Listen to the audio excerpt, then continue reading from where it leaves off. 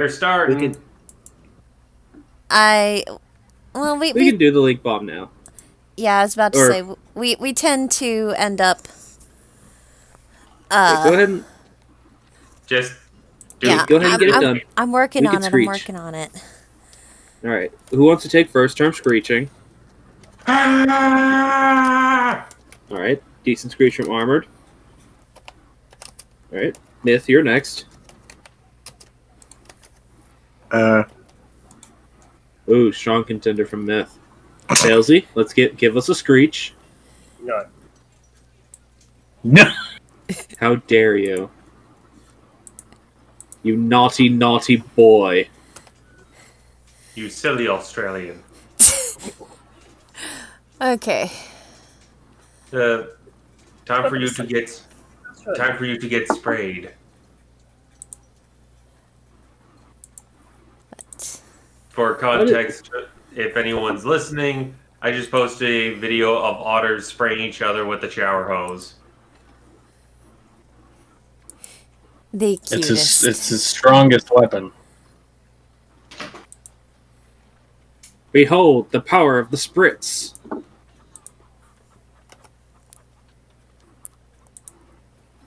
And then it seeks out a warm hand.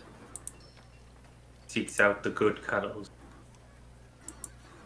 World hard and cold. Human hand soft and warm. A lesson far too many wild animals learn. Eh. I don't know. Sometimes it's warm and tasty. Depending.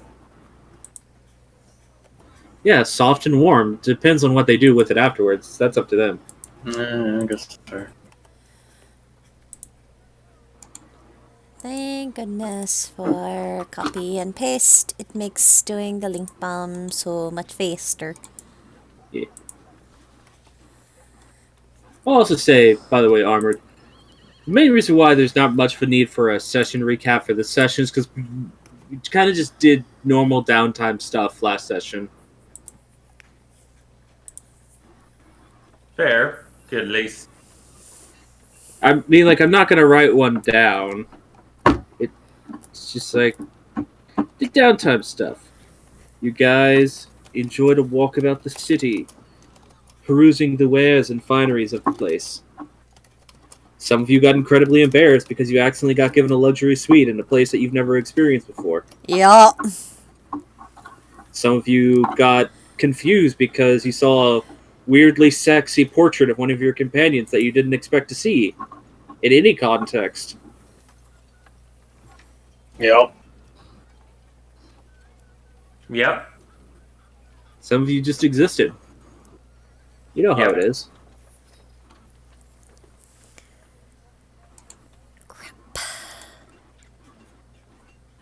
I mean, that's the boiled down version of what would be the recap.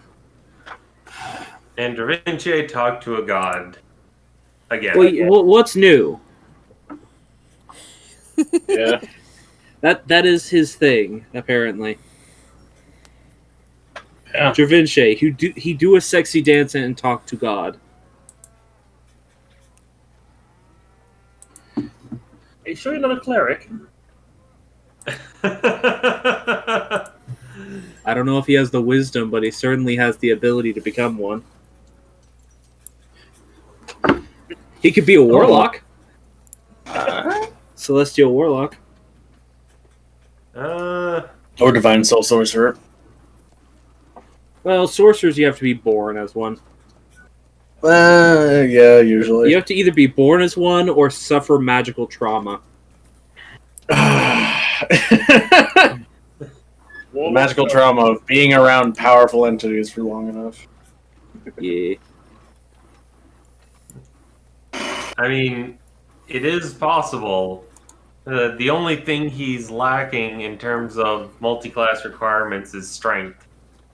I don't think he needs strength. Clerics don't need strength? No. Well, I mean, like, for any of the... Yeah. I mean, same. So he can't become, say, a barbarian. All of us are lacking that because Brimstone is the strongest one of the player characters with a 12. Yep. None of you took strength. Nope. That's what we have Lee for. You Wait. beat me to it. I accidentally clicked to the wrong character sheet, and I'm just like, what the fuck happened with all my items? Where'd all my stuff go? Funny. I didn't do it. All right. Well, if y'all want to introduce yourselves, assuming everything's good with the links. Yep. Yeah. Link bombing's done. Well, if y'all want to introduce yourselves, I already did the intro / recap.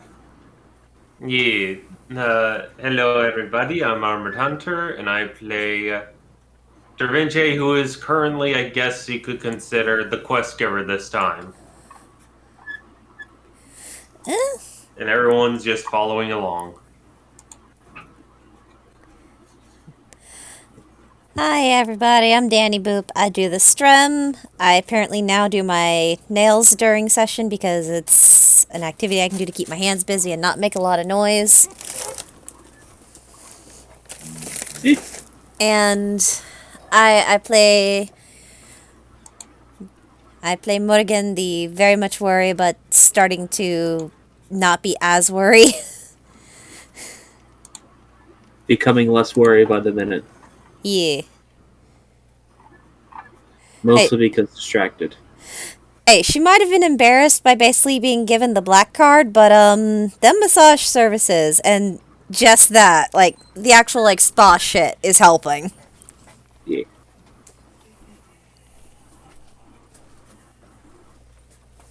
I am Feltros. I play the Felzy, who is still craving very much violence.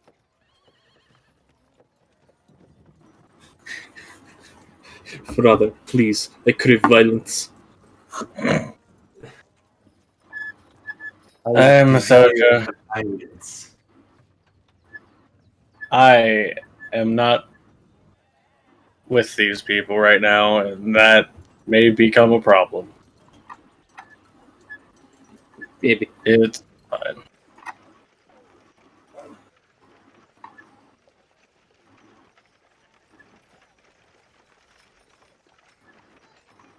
Alright.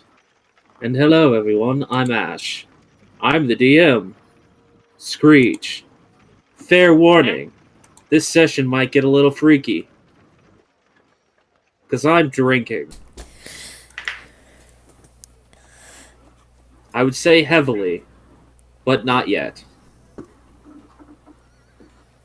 We're not professionals, everybody. Even the professionals drink! The professionals make an entire stream around drinking while doing this!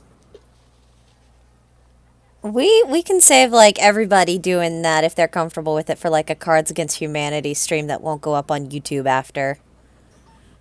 Yeah. Just make it to where you take a drink every time you win. Shit, that actually sounds fun. I'll have to drink constantly, and then Armored will get a decent amount of points, and then Danny and Myth won't drink very much, and then Fancy will either drink literally every 3 seconds or not at all. Well, if you'd assume that Failsy at that point isn't just hooked up to a liquor IV. Failsy, do you have the liquor IV ready? Do you have the cider ready? Just slamming the button. Doctor, I swear this morphine isn't doing anything to me, sir. That's pure ethyl alcohol. No wonder I'm seeing shapes. No wonder I can taste sound. Sir, your IV bag is full of vodka. I know! It's great. Yup. I didn't want to live long. Still. Same. Alright, so, getting back into things. It is the next day now from where we left off the previous game. Oh boy. From the oddity of walking back into the hotel room and just having noticed that there's a giant 20 by 30 foot, just paint, not really that big, but exaggeratingly large, that big. Just a giant painting of your companion Travince, just out for all to see. Just having to deal with the knowledge that that exists while trying to sleep. Looking at you from between the floorboards. What? Anyways. The next day comes about, and for reasons that will be explained later, I'm not going to cover what Dravince is doing in this time. But on the day before you all intend to go into the clock tower, what all would you like to get done?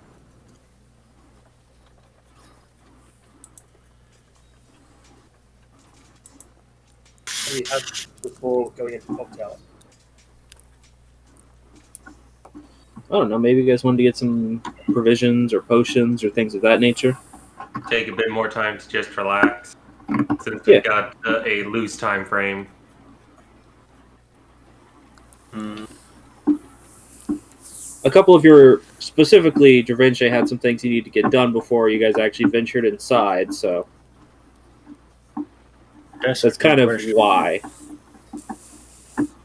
Uh,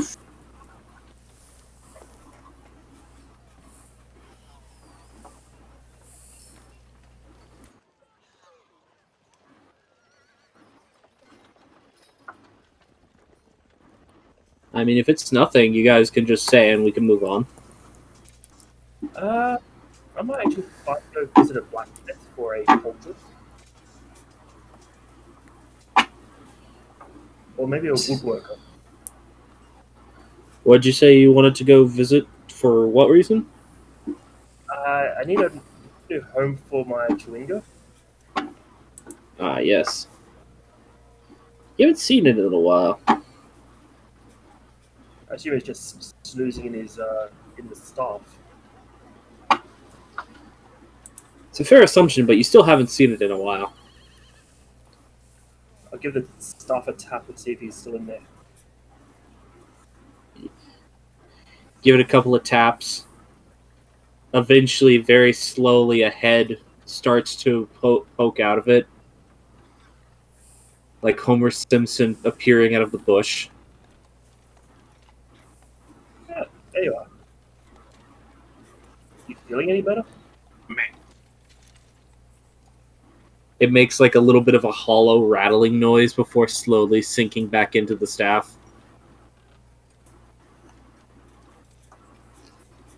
Is that a yes or a no?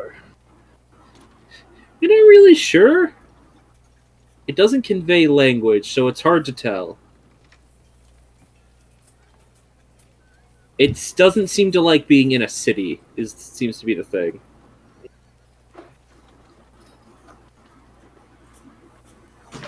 City of the God of Life or not, this is still a stone city, so it does not seem particularly interested in being present right now.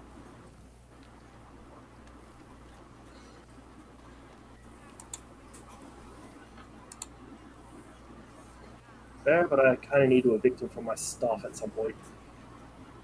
Yeah, fair enough. But you're looking for a woodworker?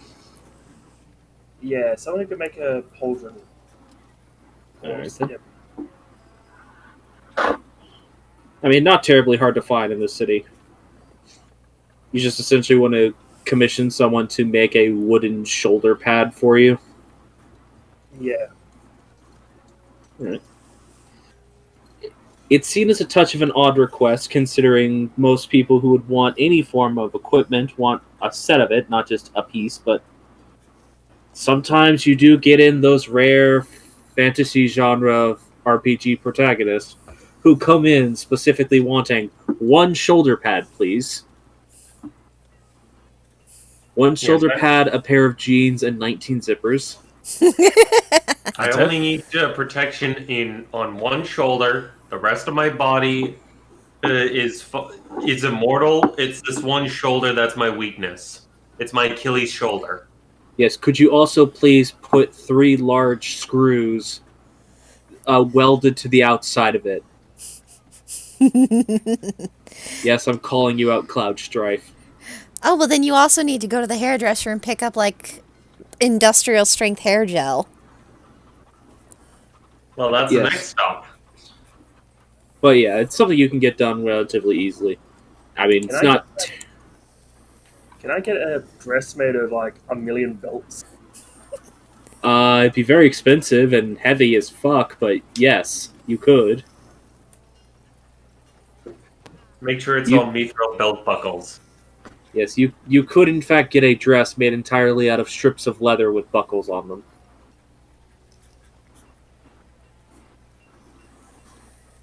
So Failsy is Lulu confirmed. Makes sense, really. But yeah. Because it's literally just a piece of wood that has to be carved to fit your shoulder, they just take a couple of quick measurements. Never really having to have done this before, but the woodworker you find seems confident enough that they can still get it done. The commission for it isn't going to be terribly expensive. It's like 5 gold. I can afford that. Yeah. It won't be done immediately, just because of the fact that you got to take time to carve it. But you could definitely come back within the next day or so and get it back. Also, I don't think the Chewinga appreciates the stuff being swung around when I hit things. You know, you've never questioned it, but at the same time, you don't know how you'd feel about having your entire body swung like a club at high speeds. So who knows? But easy enough to get done. You just have to check back within the next day or so, and hopefully it should be ready for you. Yeah, I might pick it up when I go searching for more archive answers. Yeah. Alright, anyone else? Can't think of anything. I mean, there's my thing that talked about that would just be like a quick run through of what is done, and if people want to have their character give a response, they can. Yeah, it's fair enough. Yeah, so you spend the day on the market looking through the various wares and goods that are present in the, oddly enough, the bazaar, which also happens to be one of your where Da Vinci would be, but you would not be running into him during your visit. Yeah, and she wouldn't be there for very long. It's just long enough to do thing, then head back to room. Yeah. So yeah, do you want to tell everyone what you got? Yes. All right. Uh, This would be towards the end of the day when everyone has met back up. yeah. For the sake of it, Brimstone, you are also here because Bliss wants to make sure you're maintaining social awareness with your companions. Alright, fine. She is good wife. Yeah. Also, True. your friends are interesting.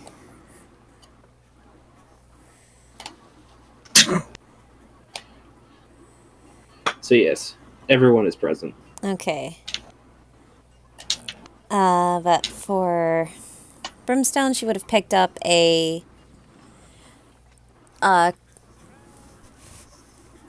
crunchy type snack that is chili and lime flavored. And I don't know if she would have been able to get a hold of something that was made with Tesvarelian chilies. Unfortunately, in this region, it's not easy to do so. That's not a level of spiciness that's very popular out here, and there aren't many people from Tesvarel in Grainham. Yeah, so in that case, she would have just gotten like the spiciest, the ones made with the spiciest chilies that people out here at least like. Don't get me wrong, you still find spicy thing, it's just not the same flavor. Yeah. You find white guy spicy, whereas Brimstone and Da Vinci are used to Asian spicy. Yeah, not even- pretty much. It's not even that, it's still the same level of spicy as they're used to, it's just a completely different flavor. Fair enough. Like the difference between various peppers. But yeah, that's what she would have grabbed for Brimstone. It's these small rolled chips made of corn. with a aggressively spiced powder on the outside of them. Oh god, I just realized, yeah, I basically got him Yeah. D&D talkies. As long as he Huh. doesn't eat them the way Markiplier does, we're good. I don't even know how Markiplier eats talkies. Don't take a stream time to explain it. It's weird. That's all I'll say. For Failsy, Morgan would have picked up some candied jerky.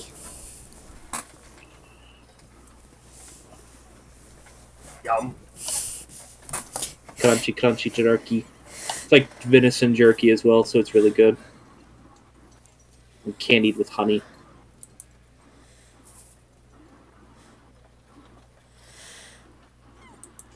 And for Vinci, she would have picked up something that was...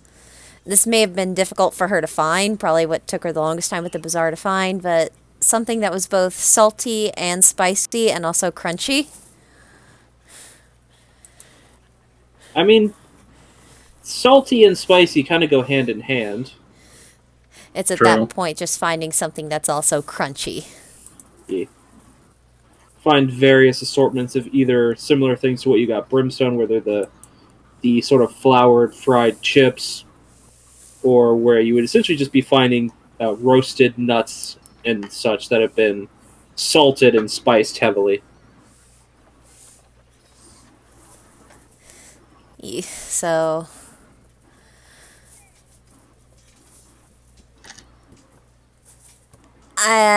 sorry, I'm at a loss. It's fine.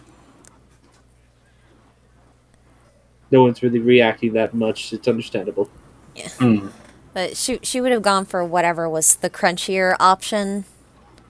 Probably the nuts. Yeah.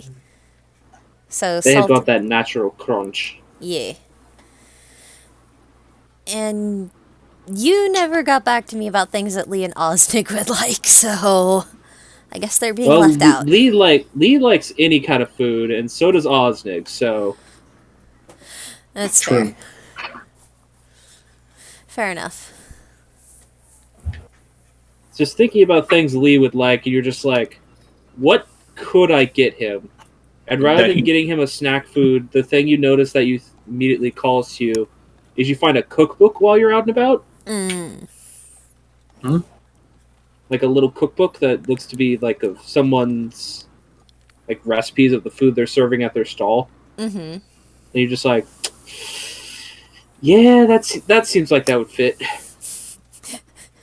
So, And then Osnick is literally anything you can shovel into his face. she'd probably get more jerky for Osnig, but a more savory kind of jerky as opposed to candied jerky like what she got for Failsy. Fair enough. The thing you do notice whenever you come back, Osnick not around. Lee is, though. He appreciates his cookbook greatly. Yeah, I guess she would just give the jerky to Lee to pass on to Osnig for if he sees him. I will do my best, but he's out doing stuff that Brimstone paid for. Hmm. Yeah. He's like learning common. Yeah. Well, that's good. Found someone who wanted to teach him another orc, so, hopefully the shock is a little different. A little less, I guess. Yeah. He didn't freak out that much when the man came into the store. So that was good. Right. Not to say he didn't freak out at all, because he's old, but didn't freak out that much. Wasn't entirely foreign to him. Yeah. Well, fair He enough. kept asking why there were two of me, and I was just like, there's not two of me. It's just one of me. The other one's not me. Huh. And then he hid inside of a pot for a while, but that's just Osnig. Yeah, that sounds about right.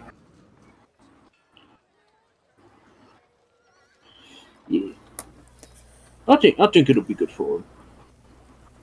I hope so. As long as that instructor fellow, I didn't catch his name, but as long as he makes sure to give Osnick treats, then I think it should be alright.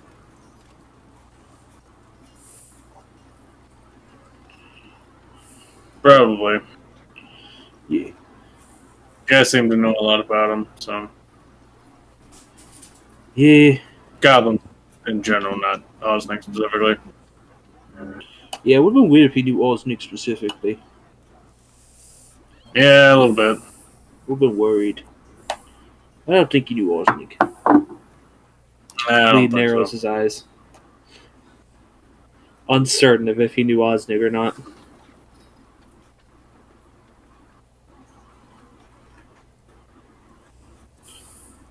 But yeah. Mm. Alright then.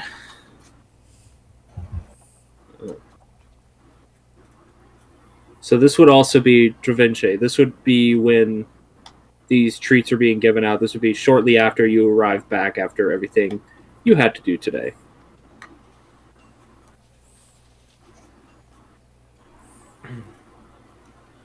Okay. I didn't Oh, know if you want to describe. Sorry.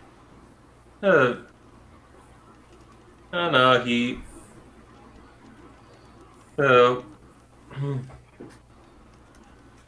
Uh, he would have basically arrived back at the room with one of those kind of lost in thought expressions, like there's a lot on someone's mind, and when presented with the gifts, he would just be just kind of shocked, as almost like one's knocked out of their stupor.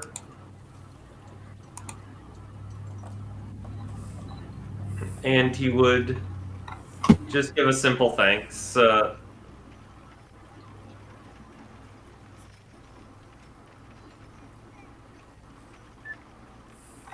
Oh, and one of the things he would do before kind of retiring himself to a room shortly after is he will pull out a box from his backpack, and out from it he's going to pull out a clock and set it on and just set it up on a table for the time being. So, Etch, if you would like, you could describe that clock. Yes, the clock that Dravinci sets on the table is this small little thing, uh, less than a foot wide and just under a foot tall. It is made of mostly porcelain that has been carved into very unique sort of wave-like patterns, small flower motifs cresting towards the top of it. But along multiple of the curves of this wave-like pattern are actual laid-on gold leaf, giving it a very refined, if a bit fancy, what's the word I'm trying to think? A bit ostentatious appearance. Huh. But as it just sits there, it just ticks happily away.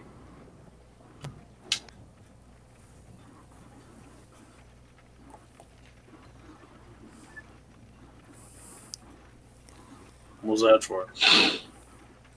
Oh, I was in the market recently and stopped by a clock seller, and I thought it would be nice have something that added a bit more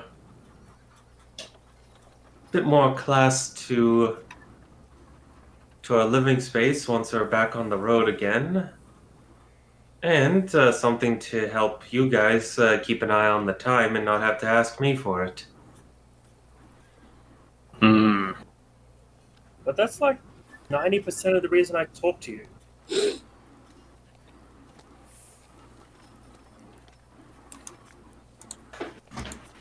Then we'll either have to find new things to talk about, or and he just kind of shrugs.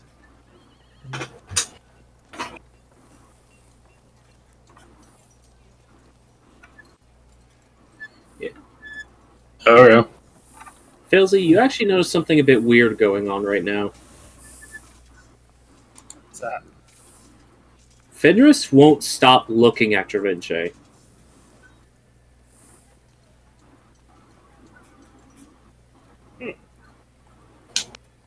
Fenris?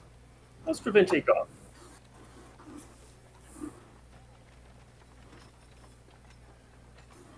Let me see if this will work. Fenris seems to be only interested in Part of something.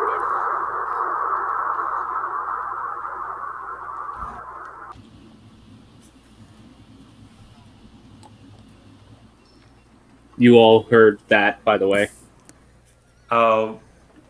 I didn't quite make out what was said. Maybe the mic a little bit closer to my face, and hopefully it picks up better. Part of something.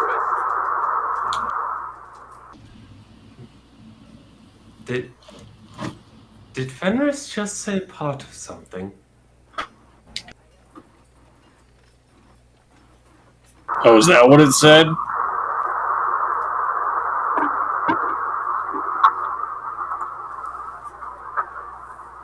Yes.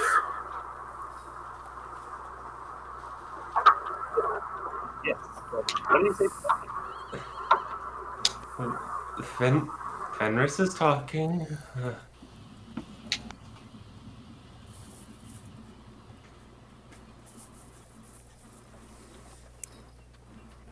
It doesn't seem to say anything else.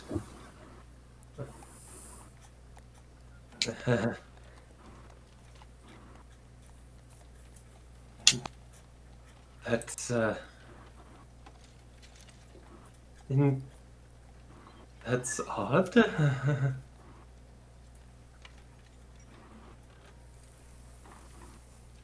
He just talks in my head, but he's not doing that lately.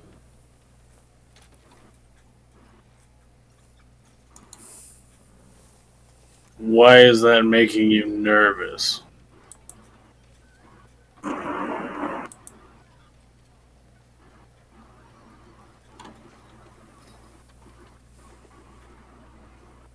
you got something that's interesting to Fenris right now? Perhaps.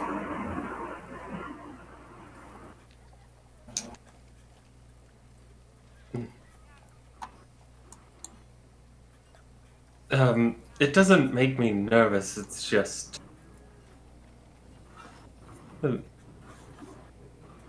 really caught me off guard. Right. You have retrieved something.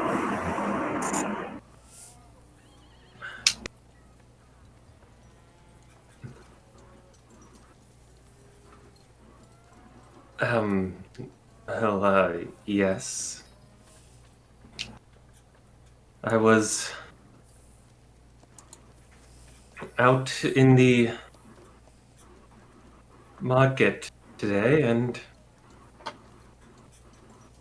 I ended up coming across a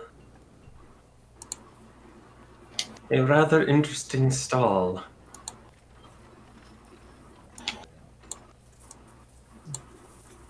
Uh-huh. And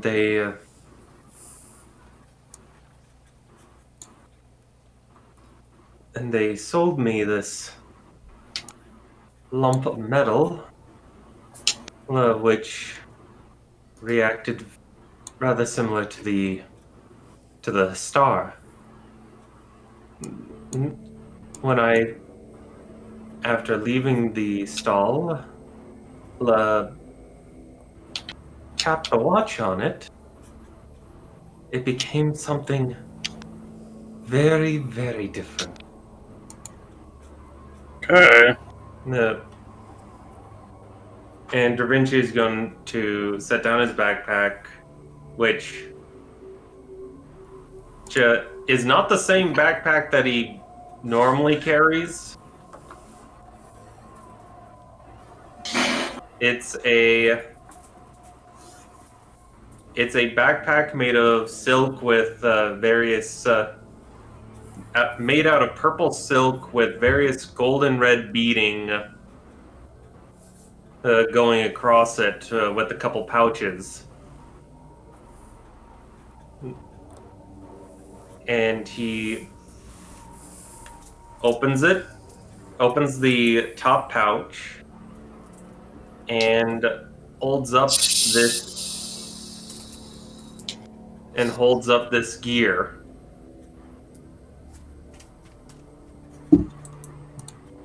Yes, you all see as he holds up this small, probably about 6 inches in diameter gear that has several smaller interlocking gears actually not rotating inside of it.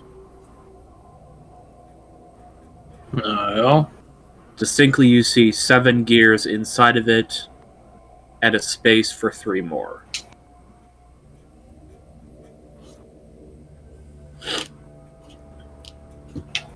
huh.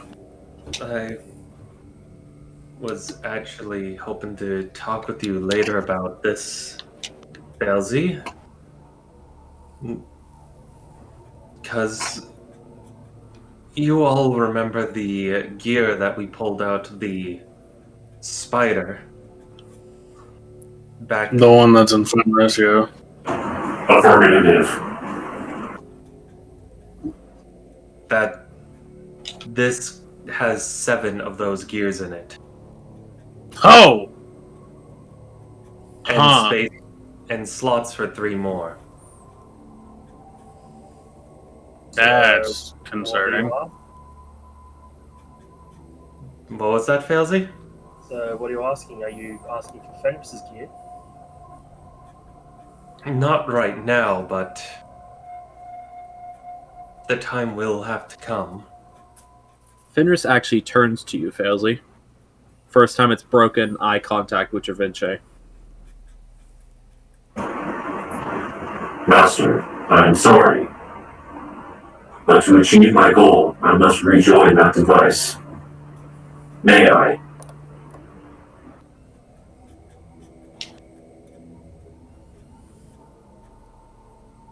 Do you want to?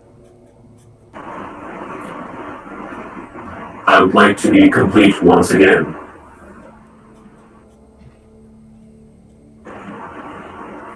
Returning to it is one step closer to being complete.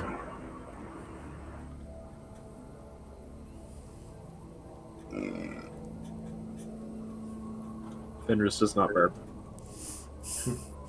Excuse me. And we're all hearing that, correct? Yes. This is not the outcome I thought would happen. Why don't you just give Fenris that thing? This shell could not contain its energy. It would detonate, and the result would be the same. Yeah, I don't think we want that thing to blow up. The shrapnel would deal significant damage to the stovecile, likely requiring extensive repairs. Yes, And I don't want to pay for that. let's not I don't include want to damage. either.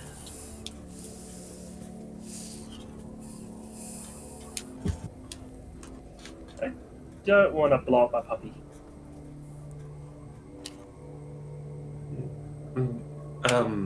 Fenris, what will happen to your shell once you return back to this device?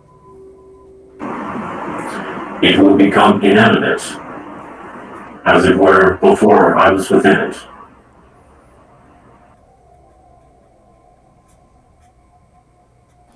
So Fenris is actually just the gear animating it?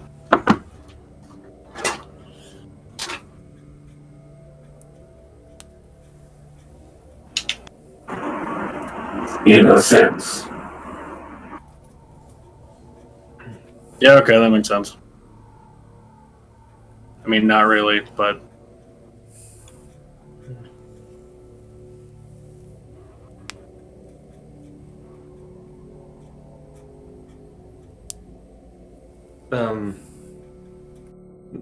That's another one thing at a time.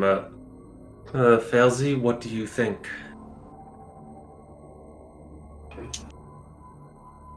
Can I think on this?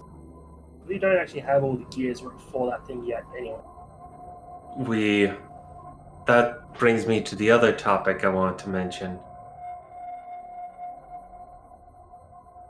We might know where they all are. Well, shit. To clarify, my watch is a heart piece of Altia. This gear is an incomplete body piece. When I talked to Velchal back at the labyrinth,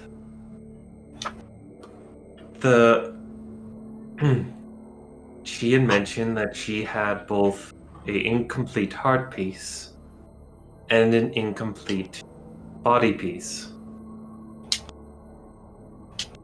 which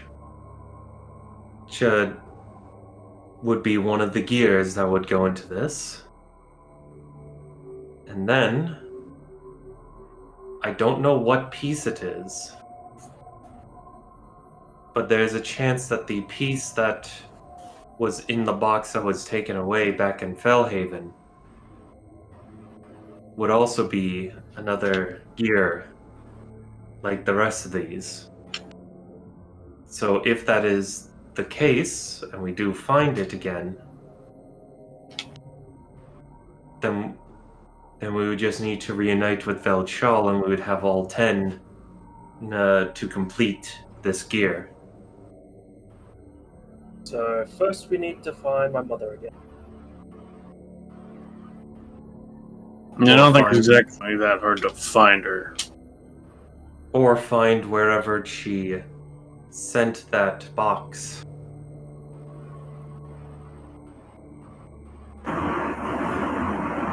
I believe I might be of use here.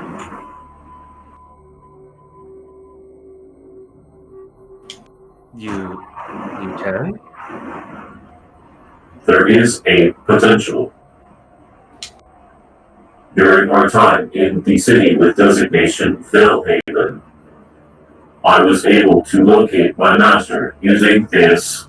And it just metallically taps its foot, one of its front paws against its nose.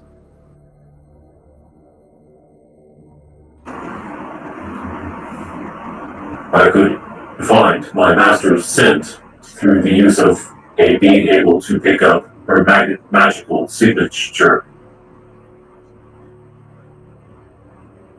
During our time there, I have noted that her mother seemed to have a similar magical signature, and one of great significant strength. It should not be terribly hard to locate.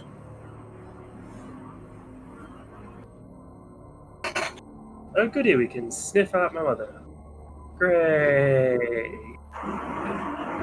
But beyond this as well, that box spent a significant amount of time in my master's care.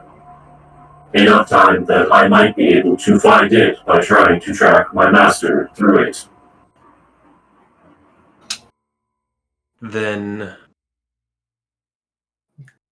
it would be then beneficial that you can stay in your current shell until that piece can be acquired. this would be a logical course of action. I'm sorry that I did not consider it.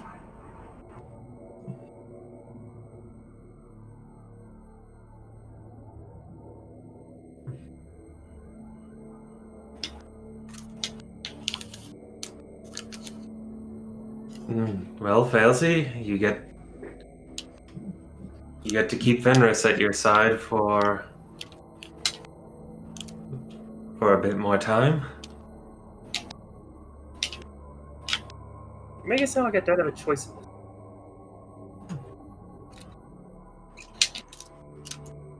I mean, I think the ultimate choice would rest with the object itself. I don't get those.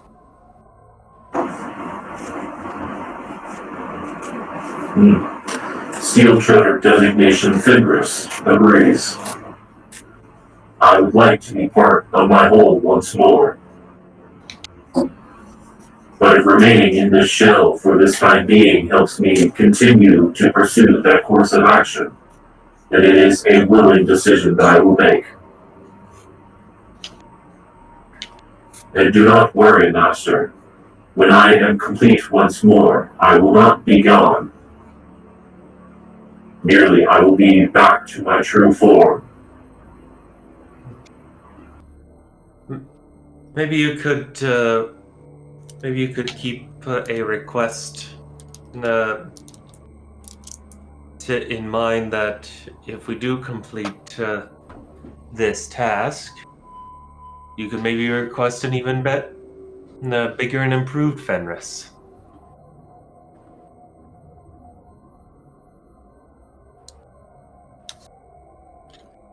So where are we gonna find another chassis? My true form will not require a chassis. I will be akin to flesh and blood, though not in a familiar sense to your own.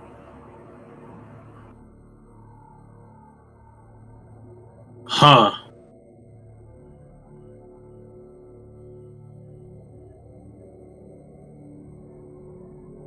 Interesting. Question: how is Bliss reacting to all this? She's just sort of staring. She's like staring and smiling like, what is my husband involved in? But also it's like it's not like she's yeah, she's definitely fascinated. It's not even that she seems to be nervous at all. It almost seems like she's just taking it in as if this isn't that weird. Which is probably strange in its own right.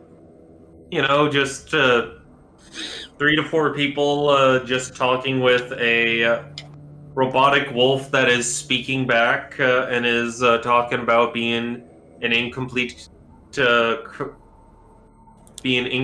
and wants to be part of a whole. Yeah. What's weird about that? Yeah, it's just an incomplete gestalt. It's fine. Kind of is, actually. I mean, that is what it is.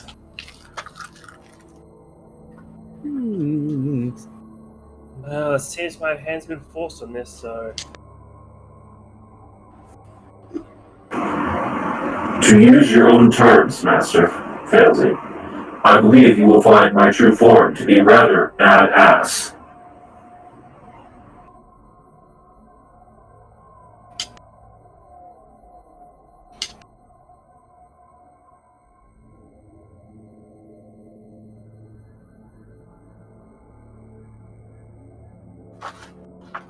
Let's go find the rest of you. Orc, orc, wolf, wolf, wolf, orc.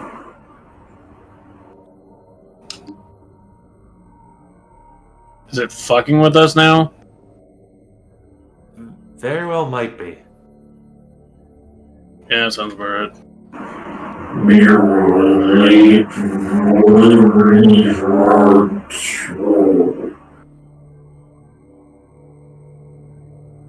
just this weird, distorted sound starts coming out of it.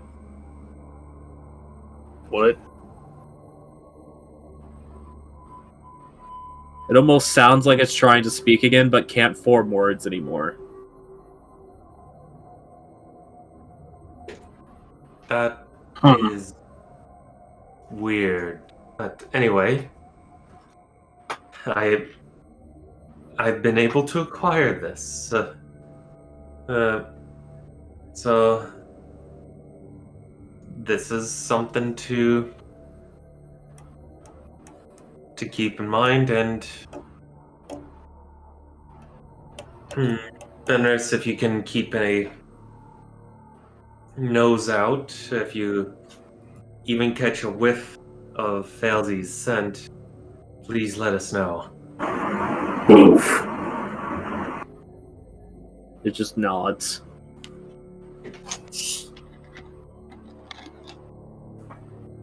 Above game, I was half expecting him to go, Failsy's scent acquired. And just point at Failsy. It turns around and sniffs Failsy for far too long to be comfortable.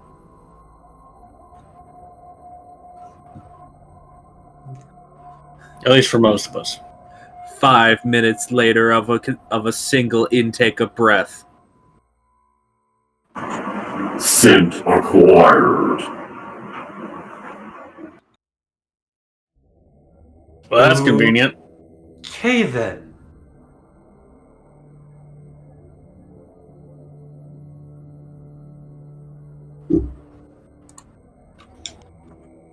Your friends really are interesting, Brimstone. Yeah.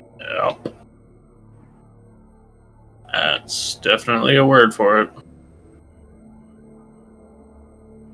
I believe it is the most fitting word, given that, I don't know if any other term is applicable. Yeah, it's fair. Crazy, maybe. Crazy. A little crazy. But with what we've dealt with, I don't think this is the sort of crazy where you call someone crazy. Yeah, I don't think I have any particular dispensation to be able to do that, considering... Yeah.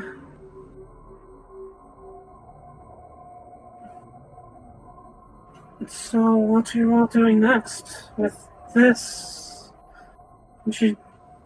And she just sort of points at Fenris and basically the whole situation. Well, the next kind of step is that think of it like this, that I'm going on a scavenger hunt for items of interest like this. And one of them exists in the clock tower of the chapel to the north of here. I've actually been very curious about that location. You have a very powerful magical signature. Of course it does. And I've talked with Granum, and I have authorization to... She gives you a little bit of a look and then looks at Brimstone and then stops looking that way. Look, I don't even know, man. Interesting indeed. It just happened. What can I say? Friends in high places. It's just a little high, don't you think? I don't even think this is definitely not. This isn't even the first one. That's concerning. Well, also considering his granddaughter was traveling with us. Well, actually, that makes it make a lot more sense. Yeah. Anyway, I do have authorization from him to go into the clock tower to, and he just kind of finger quotes, inspect it. I don't like that you made that. your inspection there, it seems to imply a certain amount of, how one might say, looting? To be to be completely clear, he made the statement that I am permitted to extract the piece that I require. Right. Acknowledging that it will most likely make the clock tower stop working. That would be rather troublesome.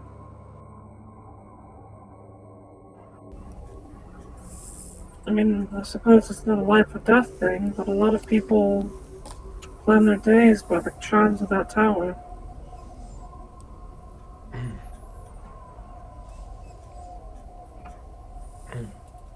Hooray! He's Let's go inflict misery on everyone else.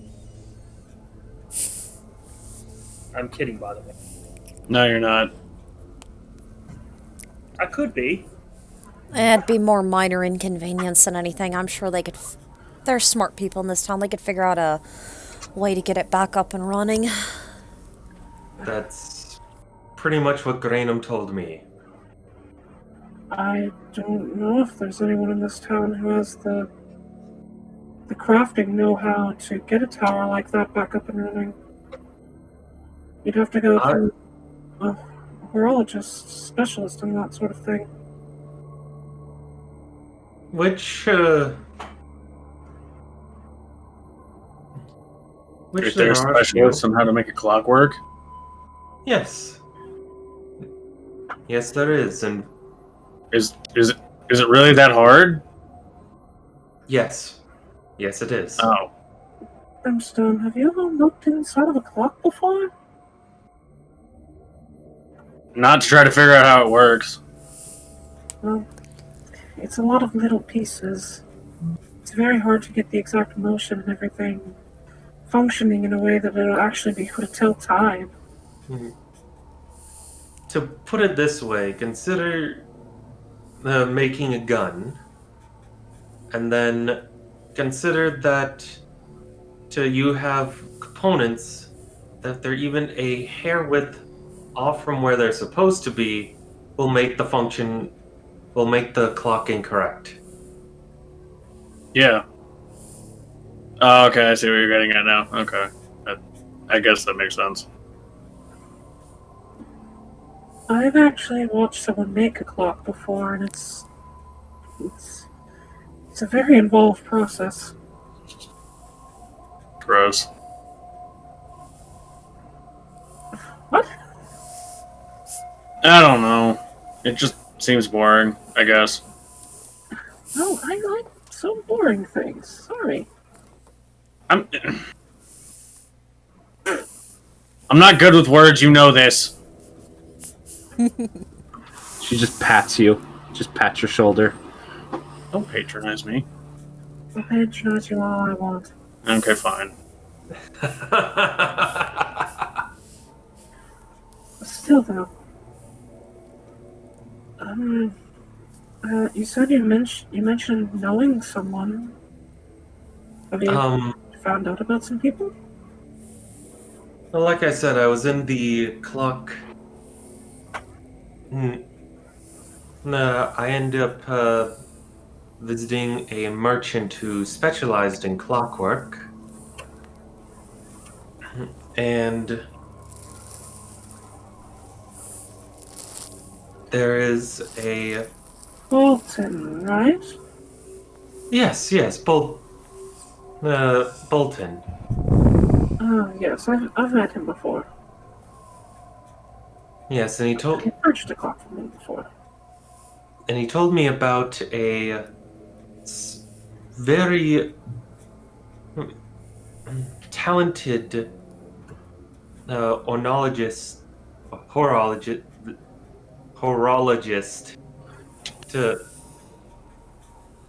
by the name of Concerta. That would be in the Blossom Kingdom, where we are next visiting. I was actually hoping And to not stop. convenient. I was actually hoping to stop by her shop. I feel like I've heard the name before, but I can't place it.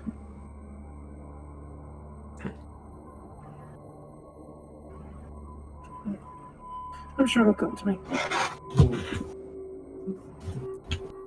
But if you are intending to make the clock stop, it'd probably be a good boon for the city to send someone who could repair it back at some point. So that could be a topic of conversation when I make her acquaintance. Assuming you can, of course. Now it seems like you're asking a lot of someone you just would meet.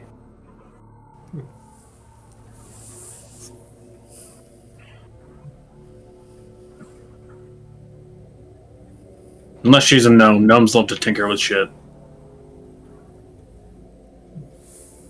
It's really up to whether she would find that the venture interesting or worthwhile. Well, as a craftsman myself, I do understand that.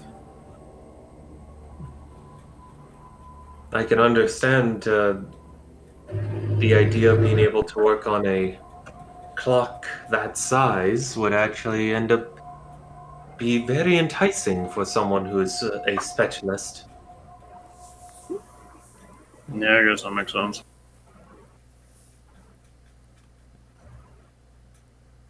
Brimstone, do you intend to go with them into this clock tower? I probably should. Probably. It'd help them potentially keep them from dying if anything bad's in there. I don't know. It what would bad in there. be appreciated. Granum said that they haven't had anyone go up there for at least months. I'm trying to remember the exact time frame. That seems exceedingly dangerous. Dravinche, to your knowledge, they have not had anyone go up there. Period. Oh, right, that's it. Because the clock has been able to run smoothly ever since. Now I remember. Since the clock has been able to run smoothly since it was first constructed, they haven't really had a need to send people up there to maintain the clockwork itself.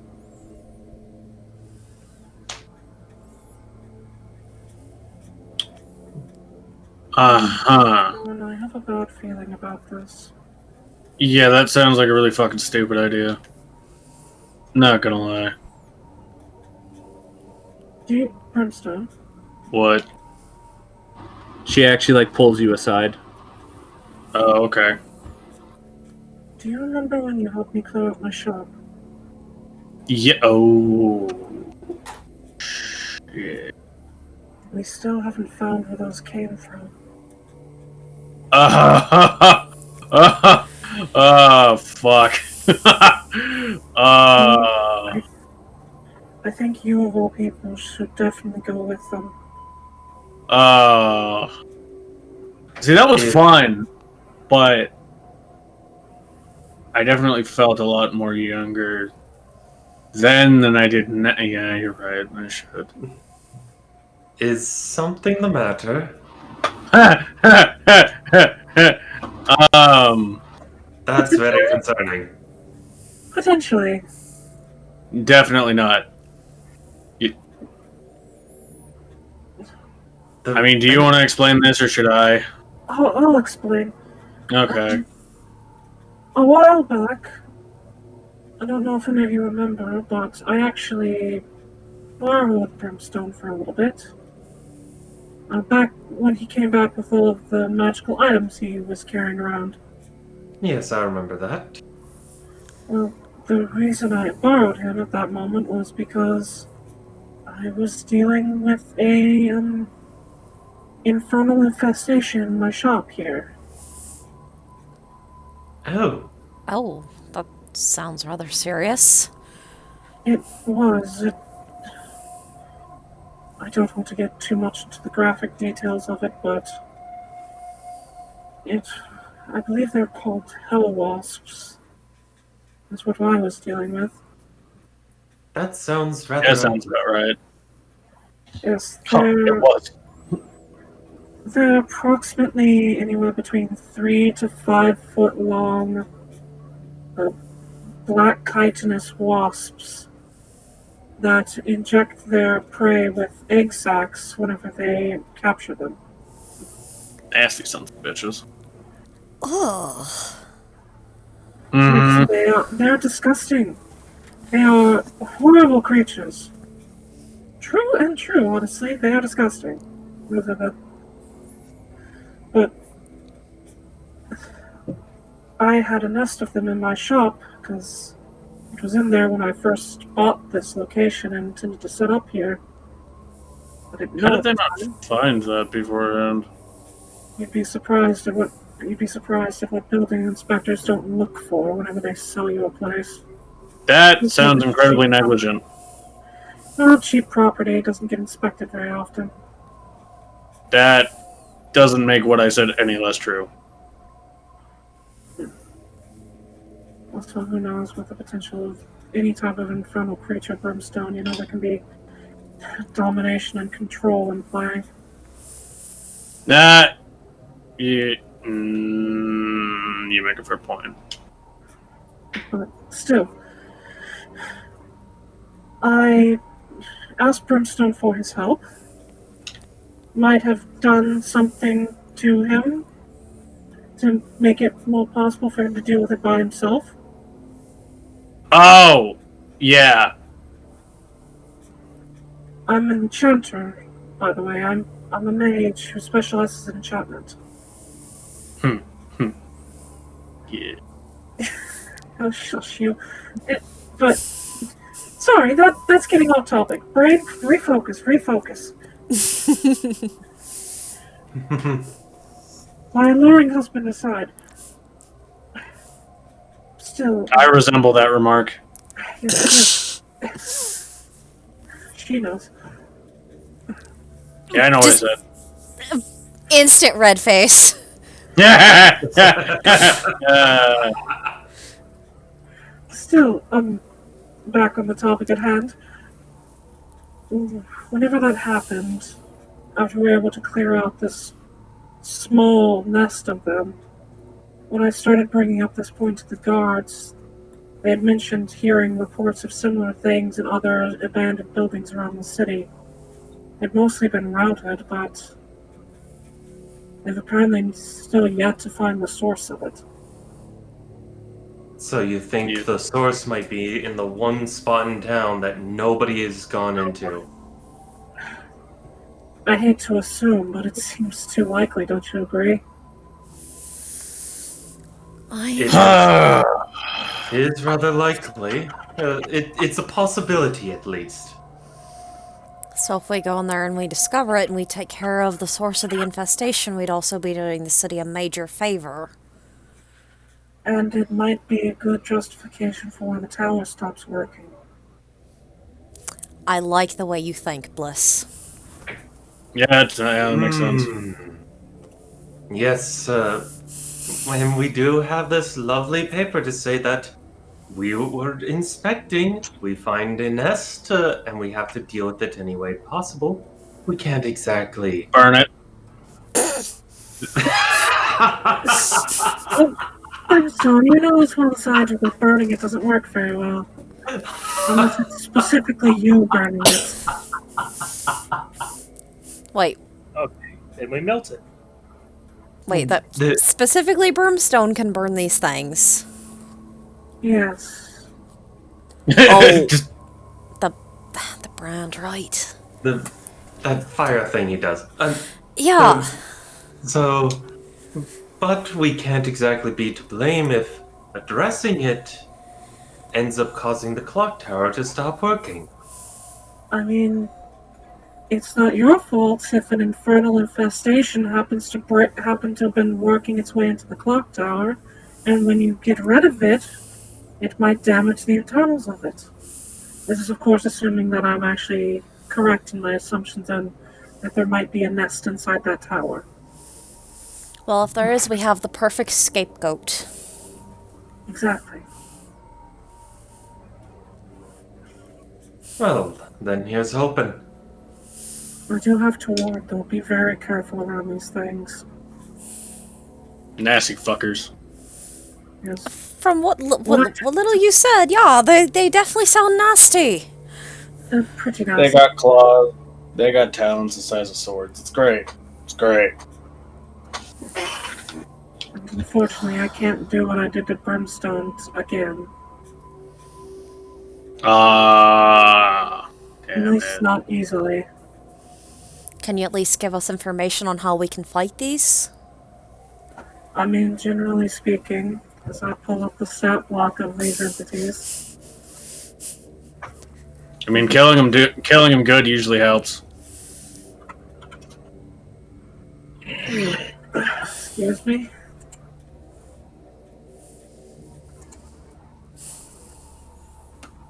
I didn't have the stat block pulled up for some reason. It's all good. I mean, generally speaking, they're immune to fire, unless, of course, it's Brimstone doing it, due to his particular ways of dealing fire damage. Okay, so everybody but Brimstone, no fire against him. Yes. Man, it's a good thing Paisley doesn't use that. If you have the ability to freeze them, they are incredibly susceptible to it. They're both insects and of a place born of fire. The cold does horrible things to their body. To be fair, they do horrible things to people, so I think it's deserved. You are correct. Well, there is one spell I know, but they have to hit me in order to damage them. Well, they're proficient in combat and deal much in the way of melee, so... them Yeah, I hitting don't you think is we a want high to let it hit you likelihood. anymore.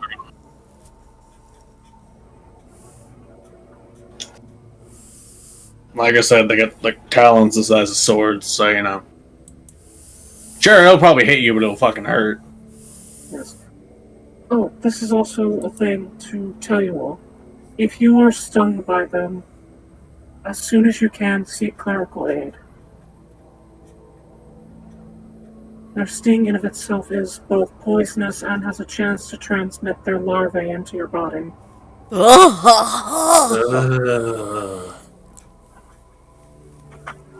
Yes, it's gruesome, I know, but But clerics can take care of it. yes, any form of divine healing will remove them from your body.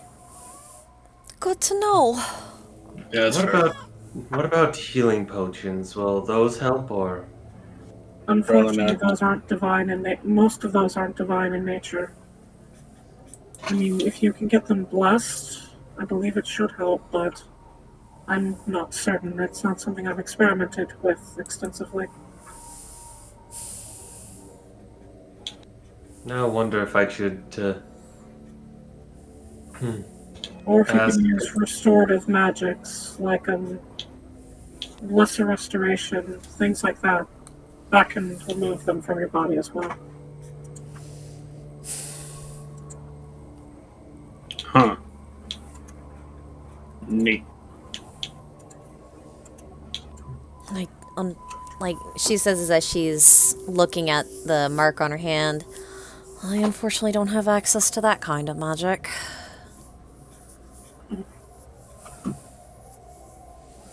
Not terribly much of a deal. One question. Since I'm one to.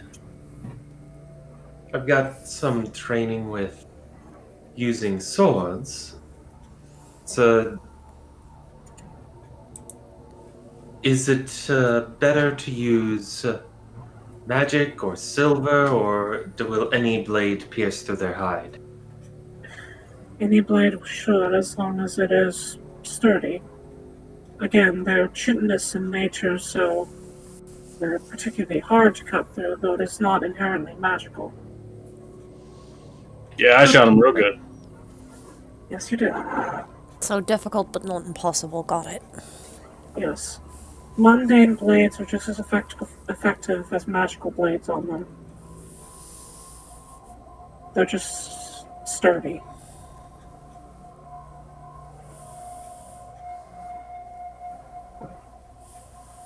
Hmm. Hmm. Oh, right, and this might be useful since we'll be climbing up a tower. Dorinche, out of his backpack, is going to pull out essentially 2 more backpacks. What the fuck? I got these a while back. I can't quite remember the town. It was where we landed after our boating adventure.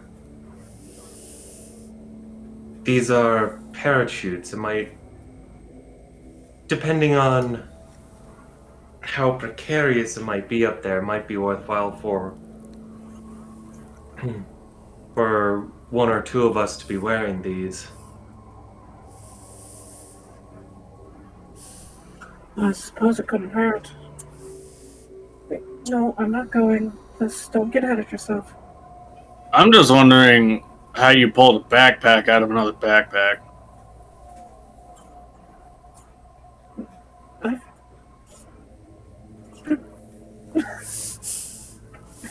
What?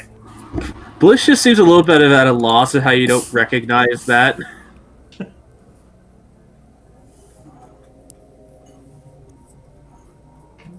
You're looking at me like I should know something. Should I know something? I just did a bit of shopping today, is all. Just one of the most commonplace and widely used magical items there are. There's the key word there. Oh, it's magic. Gotcha. You would think you would pick something up.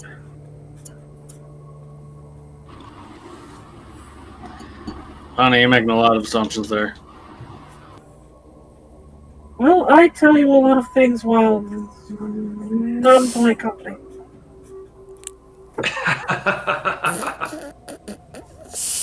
And again, What? you're listening. I'm listening You're not. sometimes. I said sometimes. Mm, I get distracted. it's fine. Thinking with the wrong head there, eh? That's obscene. I'm not inaccurate. I mean, okay, that's fair. I'm just gonna move this topic along. Yes. Back to the potentially terrifying chance of there being an insect that can lay eggs in your abdomen. Yes. Yeah, those yeah. nasty I'd fuckers rather about not them. do that. So, yes. I also believe that if you have something that can remove poisons from your body, that should also aid you in fixing that problem if you cannot seek magical healing. I do know of a potion shop in the area that, Failsy. Actually, a letter, came in, today. Did you leave something? I can't quite remember. Morgan, Failsy, did one of you leave something back at the potion shop uh, in the Emerald Plateau? Was it a little flask? Just something. I don't remember having left it. Okay, because a letter came to me the other day, or earlier today, asking me to visit, and they asked for the weird-looking demon chick who left something here to also come by. You see, it sounds like Failsy. Potion shop. That is Hamia's shop, right? Yes, That would be Hamia's shop. For clarification, yes, that would be Hamia's shop. That was probably me then. Told you. Take There are quite a few demon women in this room. Some of them more literal than others. Yes, but this was specifying that left something there. Fair enough.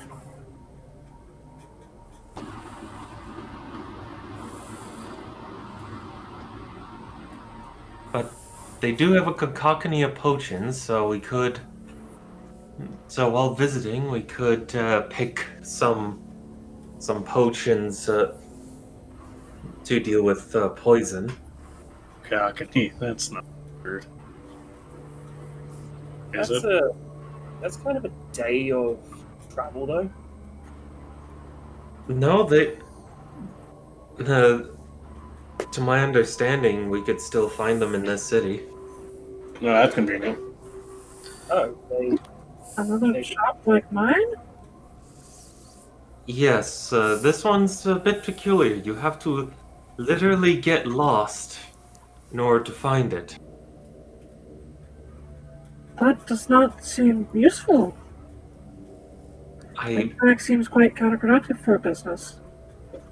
I totally agree, but when I tried to find it using a guide, I couldn't find it. Yeah, that does seem kind of backwards. That seems like that might exist outside of. I mean, it shouldn't be too much of an issue. We basically walk into a random alley with our eyes closed to make a few turns, and then realize that we have no idea where we are, and then we find it. Eventually, that sounds like a good way to get robbed. I was joking. I think he could handle a robber or two. Thank you. No more than two, though. I can handle as many as you can stuff into an alley. I don't want to know how you'd handle them, Same. given your previous commentary. I would be more worried about the walls of the alley. Oh! I'm Okay. concerned! Are we thinking the same thing? Don't answer me. I don't want to know. Let's just say Felzy is actually... She's good at hiding it. She's actually very competent in combat. Okay. It's actually rather smart to hide that, now that I think about it. People underestimate her, and then she gets the upper hand. Exactly. People underestimate me too, but that's. And then she vomits acid all over him. It's fucking weird. Ugh. Ugh. Ugh. Okay. Would that be effective against these little biters that you suspect might be in the tower? Acid. Would that be effective against them? Again, they're only immune to fire, as far as I'm aware. Anything else should be just as effective as anything else. Except you mentioned ice. Ice is... They don't like ice. Yes. Actually, I might, if you're all willing to wait until tomorrow to go, I might have something that could be of assistance to you. At least one of you. Well, I think we could. I mean, there's still a little bit of life left in the day, but I would rather we go tomorrow anyway. Yeah, that seems like a better idea. Better to be well rested before we head in. Yeah. Alright, which one of you thinks you'd probably be the most apt at spell slinging? Probably me. Morgan just points at Failsy. Da Vinci just kind of points to both Morgan and Failsy. I'm not that good at it. I just. Brimstone points at Bliss. I don't fight, young mister. Actually, you're older than me. Yeah. Young mister. I'll talk down to you. I know you like it. Anyways, Wow. Rude, first of all. Learning so much about Brimstone today. I don't know when to stop talking, to be honest. Anyway, I back don't on talk to people. back on Yes. topic. Still. So, you, Fancy, you are a magical practitioner? I can disappear a lot of enemies at once, yes? Alright then. What's your most common element of use? What was that? What is your most common element of use? I would say acid. Acid? Alright. She can turn into a literal pool of it. Okay. I should be able to do something with that then. Do you understand the principle of attunement?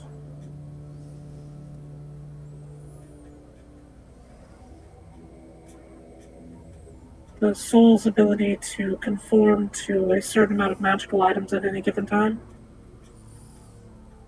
I'm aware of it, yes. Do you know how many items you're currently conformed to?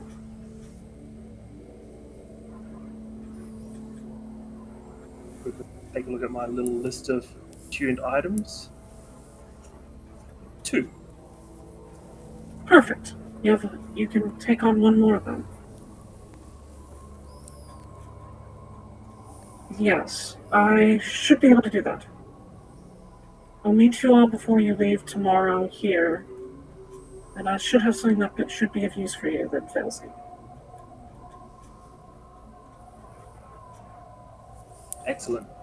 Alright then. Well, Brimstone, if it's all the same to you, if you want to talk to your friends some more, I'm gonna go ahead and head back. Okay.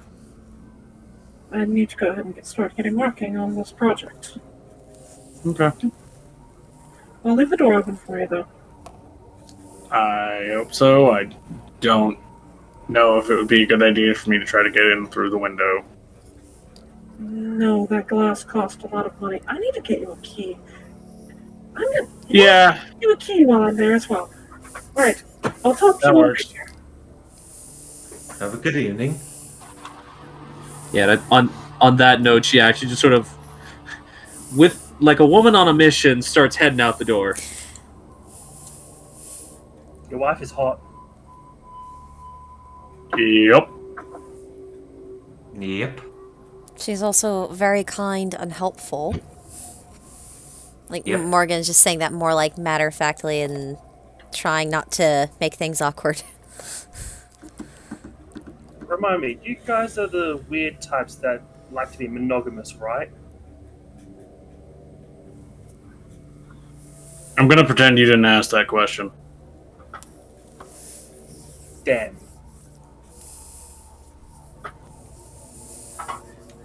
Halsey's just like, no pretty woman for me.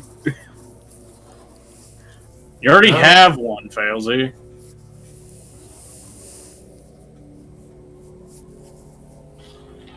It's rather common to have interweaving webs of harems. I mean, that's fair. I don't know how your culture works, so I'll take your word on that.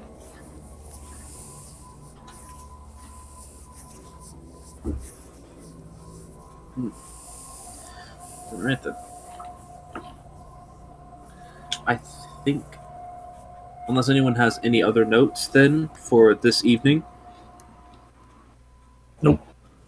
I guess we could try and find that potion shop. Okay.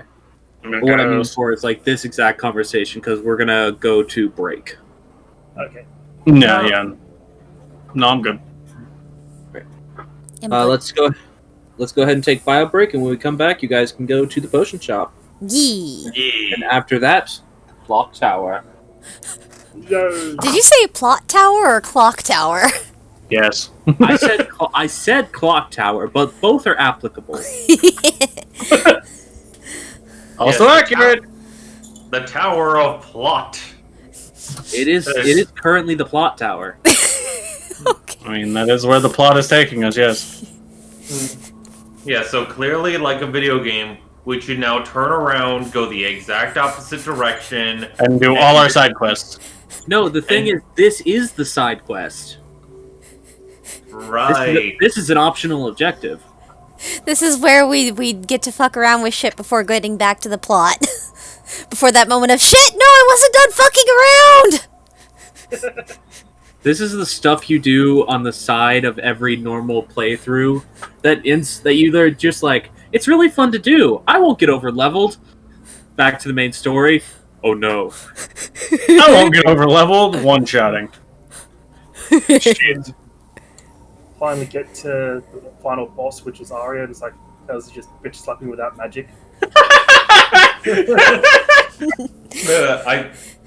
I have stopped using magic because it made things too easy. Put him up. Fails, he's got a fucking belt of Storm Giant strength. Just, how do you like this? Okay, but yeah, 5 to 10, everybody.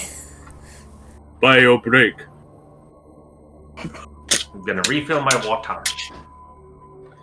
I'm going to slug down more alcohol. More anti-water.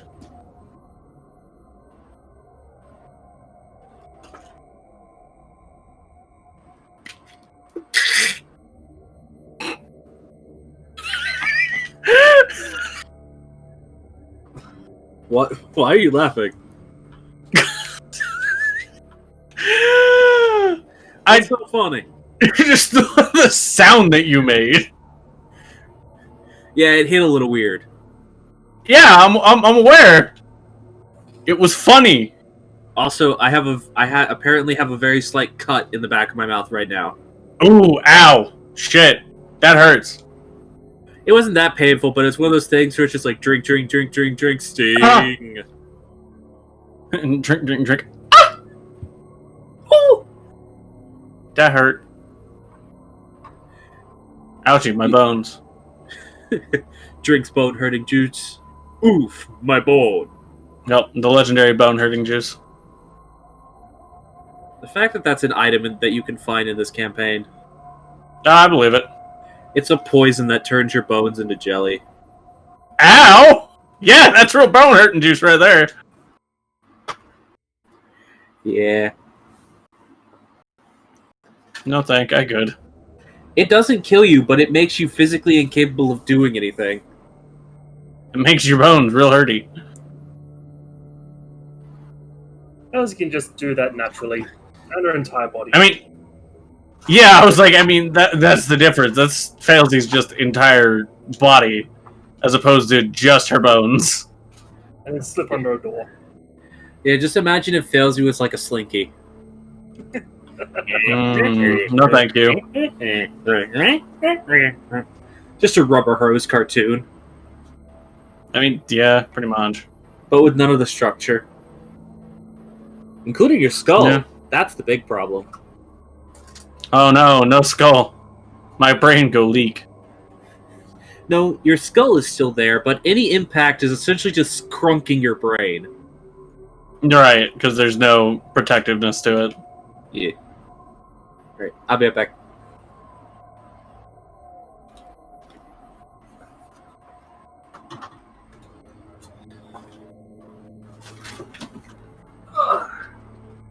Oof, ouch, me bone. I get it! I'm big. I'm not. So I made a clementine cake today.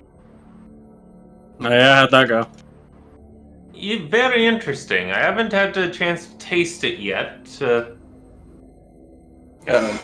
But it's very interesting making a flourless cake. That's weird.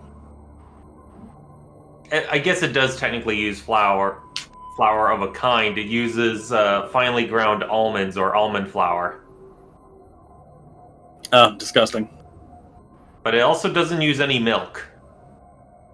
Heresy. Instead, it's 6 eggs, Mm-hmm. a bunch of almond flour, some baking soda, and a pound of clementines. Jesus fuck. No, I guess it is a clementine cake. Like, kind of comes with the territory. But you boil the clementines for 2 hours, Weird. and then run them through a food processor, making sure that you either have seedless clementines, which I do have, or removing the seeds from them. Right. And then just mix all that together and toss into a cake pan, toss into the oven. Huh. Interesting. I'll go for Sorry? I don't know. food. Oh, Ah. food has And been all- retrieved. And also, because I was on a baking binge today, I made butterscotch chip cookies.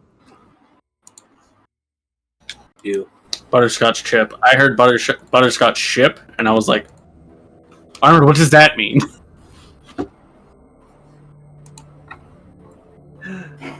No. So, well, I was going to make chocolate chip cookie, but then my roommate, I asked him, "Do you want chocolate chip cookies or butterscotch marshmallow squares?" And he said, "Cookies with butterscotch." I want 20 gallons of butterscotch pudding. You. Oh, I know. So I don't like it any more than you do, Ash. I say you to butterscotch. That's fair.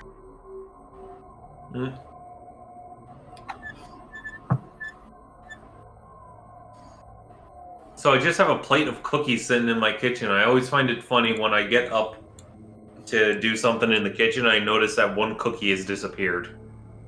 Just disappeared by my roommate coming up to snag one. That's pretty funny.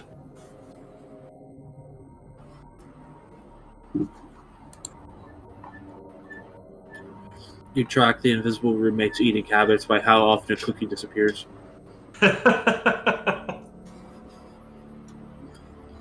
Invisible roommate.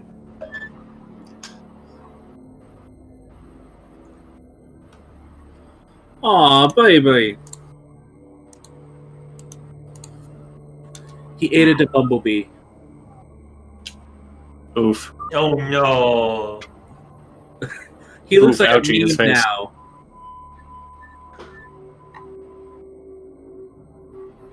I still find it funny that dogs basically evolved their expressiveness to better suit themselves to humans. Yeah. Dogs are an example of a truly domesticated animal. Mm-hmm. Yeah, there was this one experiment to breed foxes and domesticate them. And they found that when they did that, they just turned into other dogs. Yeah, that sounds about right. Alright, who wants to see a sad image? Sure. Nah, I just have to look in the mirror for that. Oh. It's a boy. Little squirrel next to a tree stump that was probably where he did his climby things and all that. It was his ancestral home. Now it's And been now the exact ruthlessly opposite of violated. the sad image. Bro, nice. Same. Same. This one's of what appears to be a dash hound.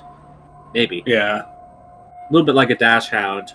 With just an empty pizza box beside it with with the note of I waited until my human left the room and ate an entire family-sized pizza by myself. I too often wait for my handler to leave the room before I commit terrible decisions.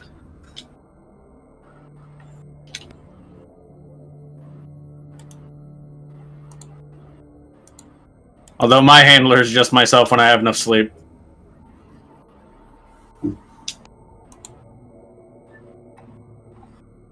And I spend all my money on stupid shit because I can't control myself.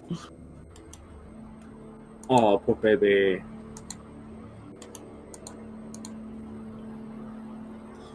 A cautionary tale as to why you do not try to retrieve bacon. Why you don't... Oh. Ouch. Oh. Ooh, ouch, my face. Oh, for context, it's a cat that has the ends of its whiskers all curled and frayed because the cat tried to leap up to get bacon while it was cooking and fried the ends of their whiskers.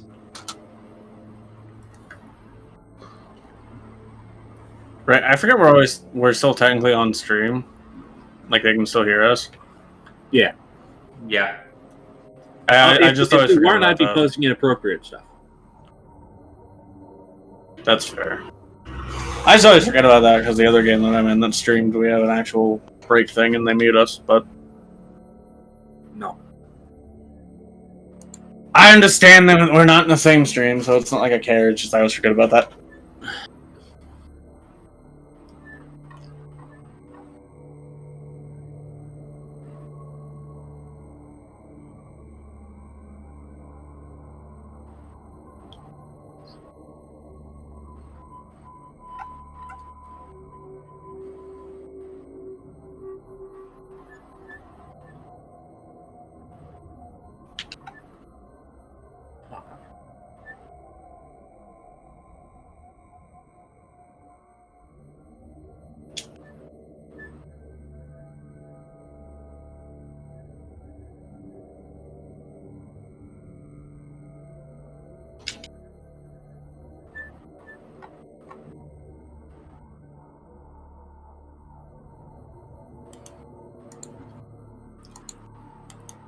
This dog has never said sorry once. This, so it's a picture of a Rottweiler, I think? No, Rottweilers are much bigger. It's some kind of terrier, like a rat terrier or something. I don't specifically know. Looks like a Terrier. Sorry?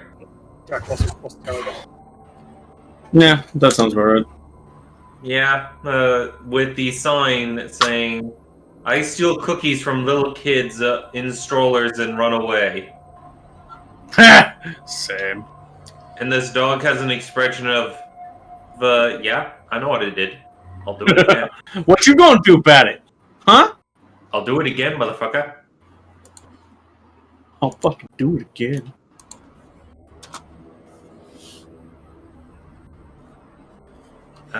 Here we got a white ferret saying, with the sign saying, my name is Ruby, and today I made it a goal to loot my human's laundry basket, steal every dirty sock, and randomly hide them all over the apartment. Yep, that's a fair thing to bro. do. I want to get a ferret. They're so cute. Long, snaky cat. Fart. You thought cat was liquid? Ferret liquid. Ferret is Ferrets. snack. Furry snack. Ferrets are cat snakes. Ferrets are delightful. Nugget chicken.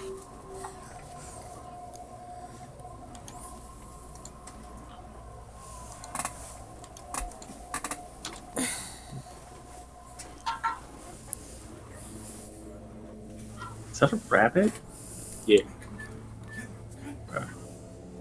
Just a picture of a rabbit on one of those stools that you find in the library. Just, he's looking to... It's vibing. He's just looking to check out a book. Yeah, and like I said, he's vibing.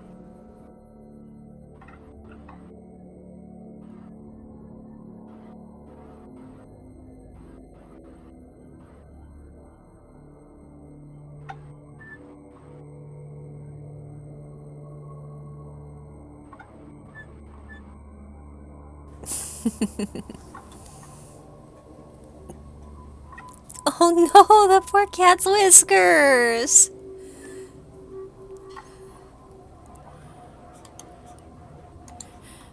That's just me as a cat. Give me the bacon. Give me the bacon. I don't care if I burn myself. Give me the bacon. Any price is worth it. I require one bacon. Diabetes. I am Diabetes the cat. Give me your bacon. Bears.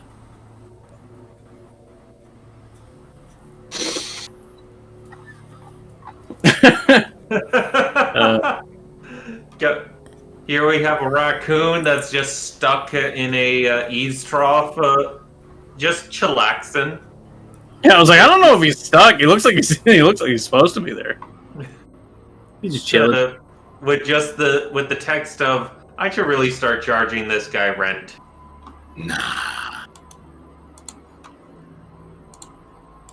Nah, why would you charge him rent? Here's an outdated but still somewhat topical one.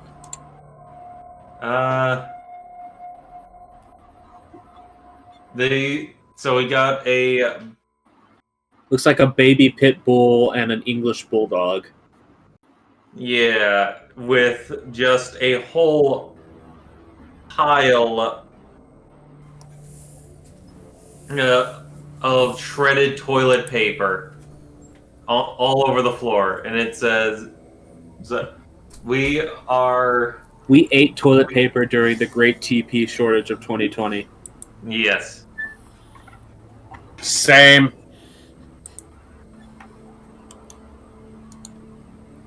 It was a rough time, man.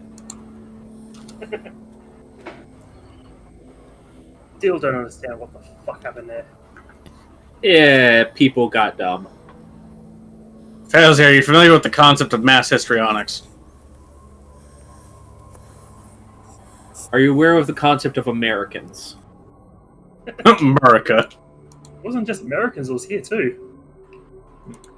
And here too, in Canada, it's just like, Suddenly there's no toilet paper anywhere. It's like, what the f-? It's a Just- respiratory issue, not Chipotle. What? it's just people were so. I mean, in hindsight, they were right that we were going to be stuck for a very long time, but Adjustments. but it's like you don't need to have 80 toilet paper because you can just buy more. Yes, I do. This dog's face, to go along with its sign, it knew exactly what it did. So I can't remember the breed, Yeah, I don't know. but it looks like a mix between a Danny, what's Captain? He's a mix of a Jack Russell Terrier and a Chihuahua. So it looks like a mix of Really? a Jack Russell Terrier and another dog, giving it a very light coat, with the sign saying, "I found out I wasn't included in Mom's next holiday, so I ate her passport." With the face of, "I'll fucking do it again. I know what I did. I'll fucking do it again. Nah." And I It's like accomplished my goal. Its teeth are like slightly bared in like a way that makes it look like it's just saying, "Bitch, you don't think I can read?" I know what you said.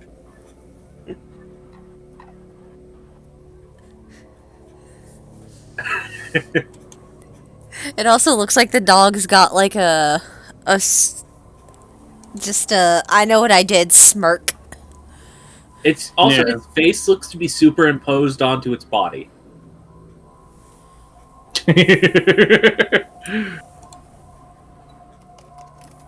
Chunky boy.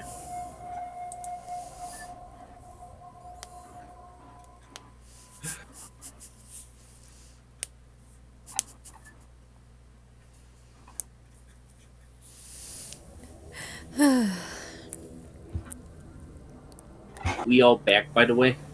Yeah. Yeah, I I'm think so. back. All right. So, I scratched my ear. Ice cream in your ear? I scritch my ear. Oh. Yes, ice cream in my ear, everyone. I've made a mistake. Hey man, whatever you do is yours, I guess. I've lost control of my life. There's ice cream in my ear. Oh, Sam. All right, to the first point, not the second. Don't worry, I'll reach the second point if the first point is true. Oh, probably.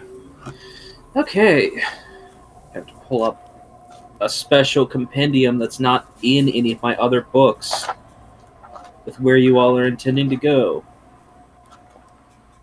So, few of you want to get lost. No. A few. Who all wants to join on this venture in attempting to become lost? Well, of course, Da Vinci, because he got the letter, and Failsy because Failsy was practically told, "Hey, they want to see you."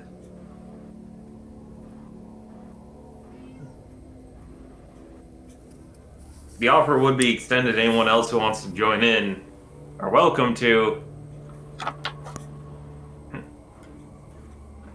but not necessary.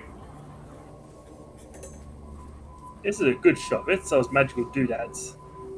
Like bottles of slime that turns you into goo. Listen, sometimes you drink the goo. And you do the do. Somehow you're not dead. Yet. Or fails, he's been dead the whole time. I don't think anyone would be surprised. No, not really. Alright. So, is it just going to be Failsy and Da Vinci then? Yeah. Unless Morgan wants to go.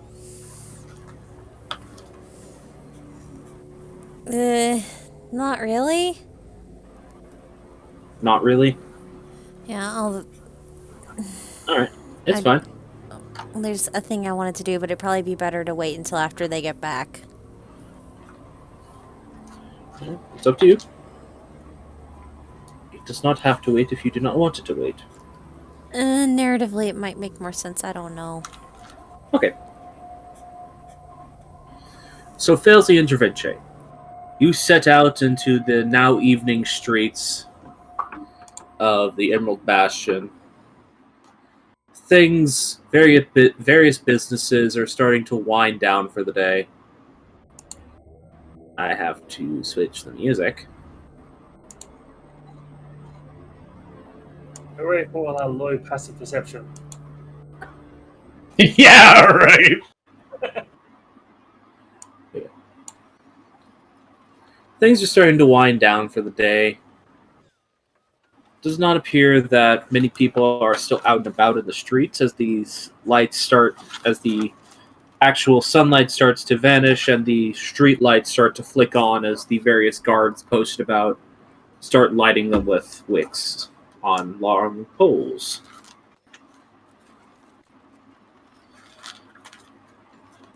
But you all are out here for a specific and particular quest. So, if you would please, go ahead and make some survival checks, both of you.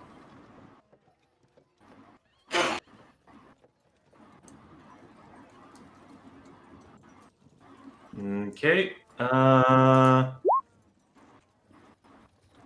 14 and a 7. All right. I got a 7, so hey, is that person handing out free candy? You don't see anyone handing out free candy, unfortunately.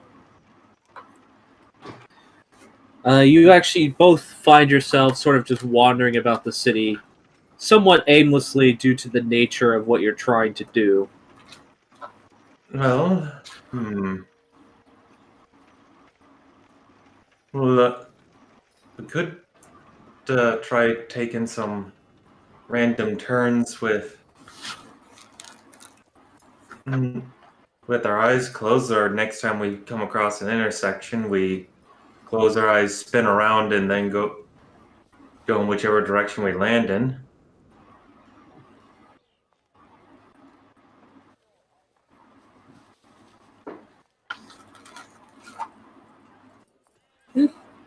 It seems like a possible idea.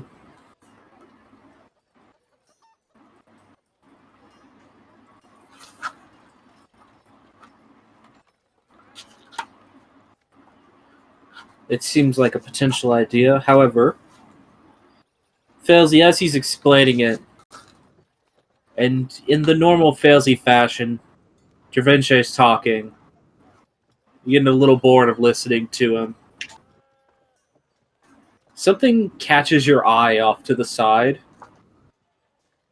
Just look down one of the alleys and just notice something scampering about in the darkness. Can't help to but be drawn to it for some reason. What's that? Mhm. I must investigate. Wait, let me follow you. Failsy, you just start going. Go ahead and make another survival check. Who? So that is Just not a good.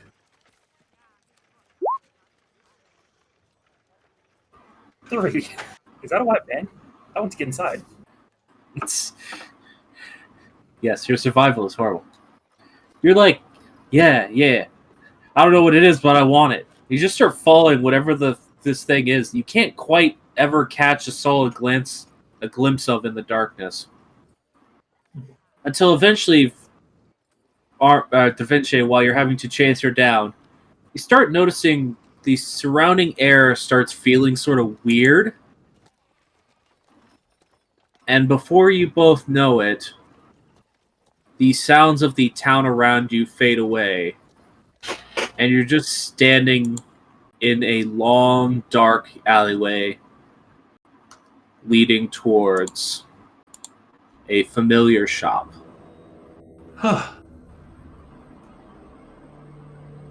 With you pursuing like that, we'd almost have to call you a bloodhound.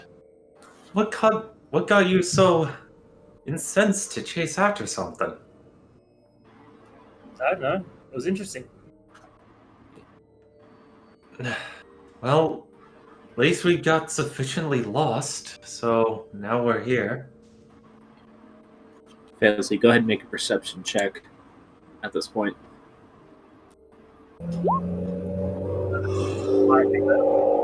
14. 14's high enough for this. You do actually finally catch a glimpse of the thing you noticed that caught your attention so easily. As you all start making your way towards the front entrance of the building, into a small hole in the side of the building, you just see a small red, almost looks like a small red mouse, just zips into the building. Just through one of the cracks in the foundation. Oh, Does Da Vinci see it too? You can make a perception check. You weren't really looking for it, but you have a chance of noticing it. 11. Again, you weren't really looking for it, so you sort of like notice its tail as it's already disappeared into the building, and Failsy like goes, "Oh," and looks at it, but you didn't get a good look at it. I must be bored now. I'm chasing rats.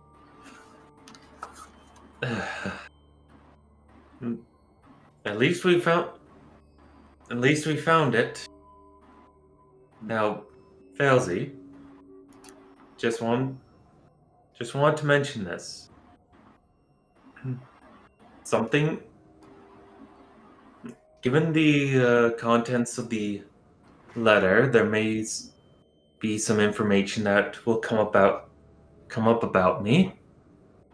If possible, I would like it if you could not share it with the others. What, are you now banging the ladies that live here now? I wish. If I didn't think. But it was also likely that if I were to even try, I would end up dead. Now that. They mentioned something about how to put it. You know how Tim said that there was something weird in my blood? This seems like it might be in relation to that. And I would rather keep information like that under wraps, if you catch my drift.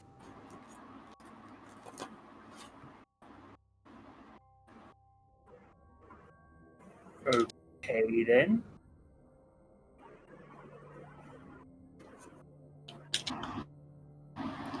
The door suddenly opens in front of you two. Listen, if you're coming in, come in. Stop talking out in front of my house. Yes, ma'am. Blame him. He wants to talk all the time. I'm a very busy woman, so please just come in. Da Vinci will do so.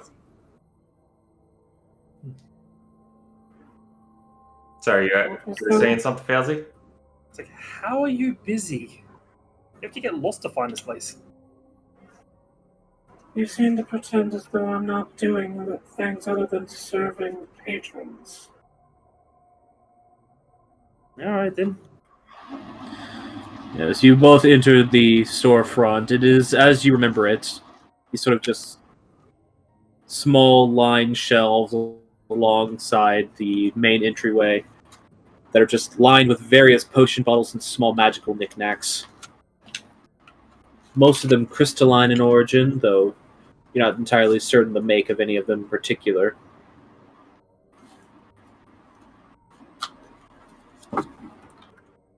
Okay, good. I see you got my letter.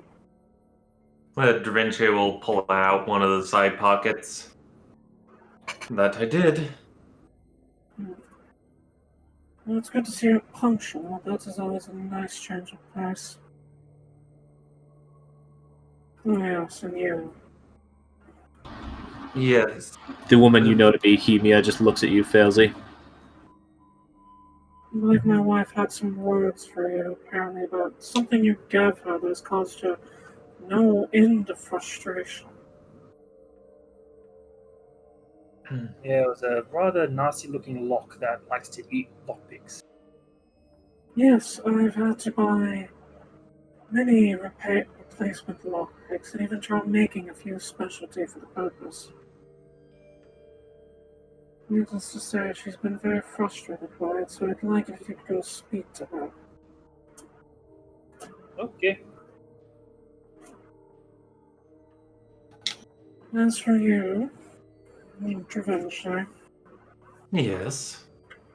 I believe there were two matters to potentially discuss, although your letter only addressed one. well, it's the one I'm more interested in, if we're being frank here. That is fair.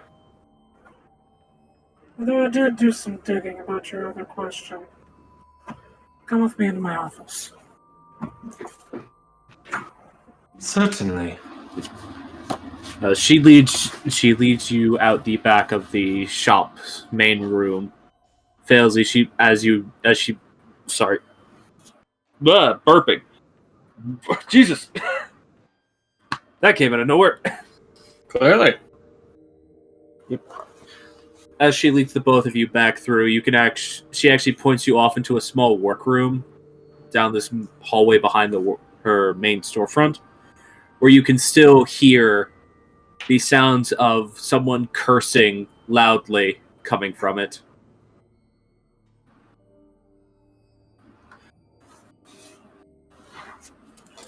Oh, That will be a stop.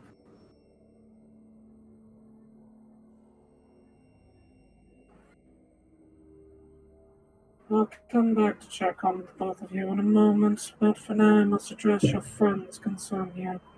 I'm sure you understand. okay. Good girl.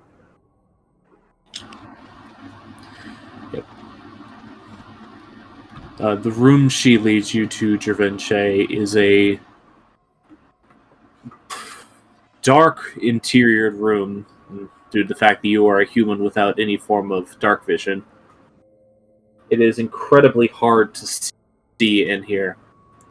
But just from feeling around, you can get the sensation that the walls themselves almost feel as though they're lined with velvet. And there's a central table in the middle of the room. There's a single large crystal orb embedded in the center of it. Reminds you a little bit of a fortune teller's shop that you would occasionally visit in parts of the Blossom Kingdom. But there's something about this room that almost feels like it has an ulterior purpose.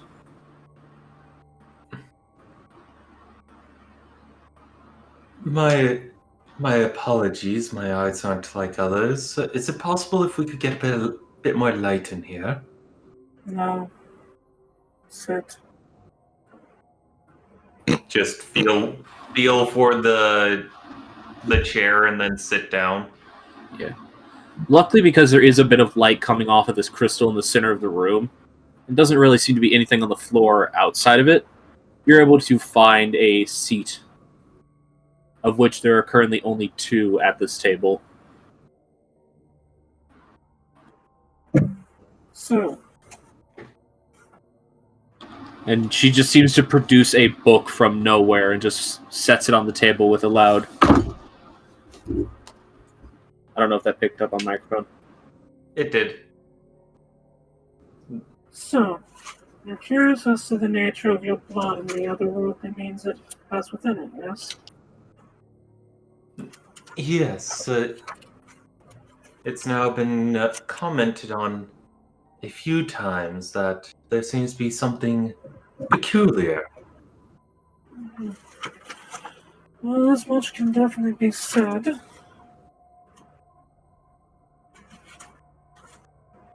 I did some cursory analysis on it during the time I did have.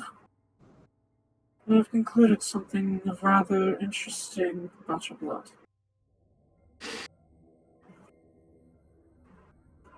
Simply put, you have something inside you that does not come from this world.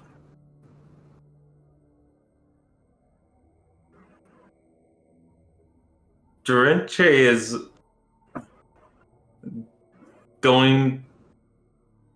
is currently just sitting straight to like the proper posture, doing the whole like all his body language is giving you attention. But his upon being told that, his face just contorts a bit, but doesn't say anything. Almost like, I have too many questions, I don't even know where to begin. That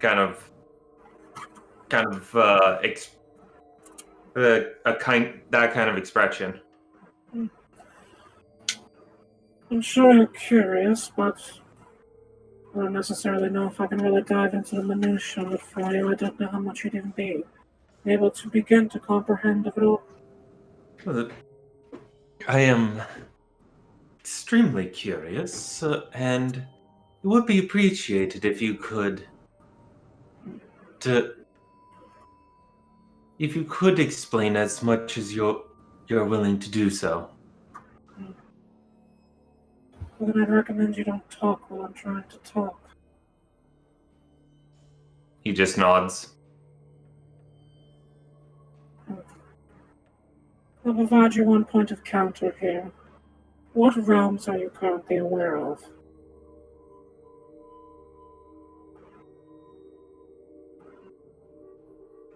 Could you please clarify realm?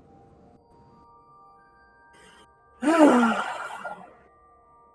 that already tells me a lot. Well, So- realm. Sorry. I'm certain the realms you're currently aware of probably lie here within what you might refer to as the material realm. Or I suppose that's what people would have used to call it. Though in this technicality we refer to this as the Aquas realm. You also likely know of a connecting network that binds all of the realms together known as Elsewhere. Is He that just nods. good? Well, simply put, there's something in your blood that is tied directly with Elsewhere.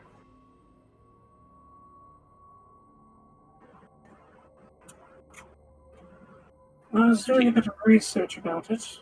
There are a few entities that do hail from Elsewhere. Fragments of entities lost to the space between nothing and everything.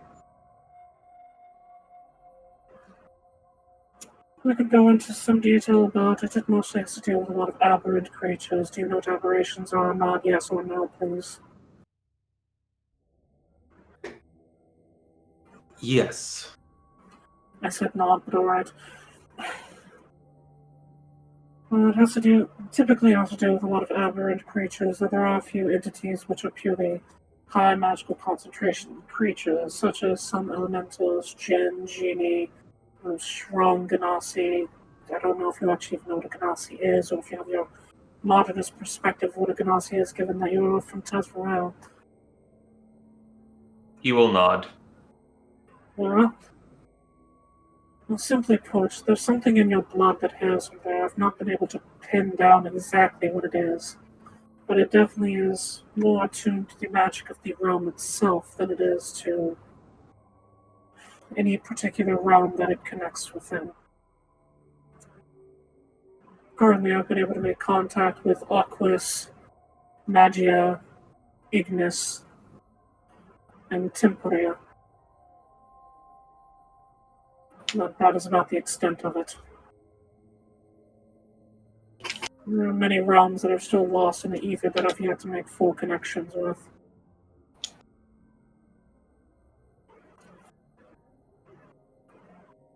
No, I think you've probably already found yourself in conversation with many entities of high standing and high power, based on the amount of energy signatures I can detect on your body right now. He will nod. Well, I believe that has a lot to do with the fact that you must have this attunement with Elsewhere itself. There's an energy your body gives off that naturally draws in such effects.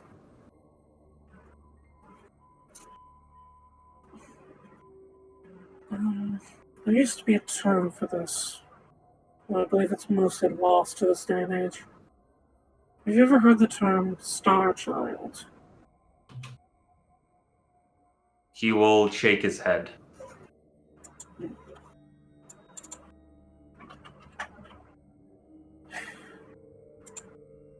A Star Child is a type of aberration that is humanoid, as close to human as they can come, born from pure magic and chaotic energy. They are as varied and terrifyingly wide as, well, the stars. From everything I've gathered, you have blood of one in your body. Which is not to say that you yourself are one. but for some reason you've become attuned to that same type of energy. Are you aware of any event in your history which could have caused this?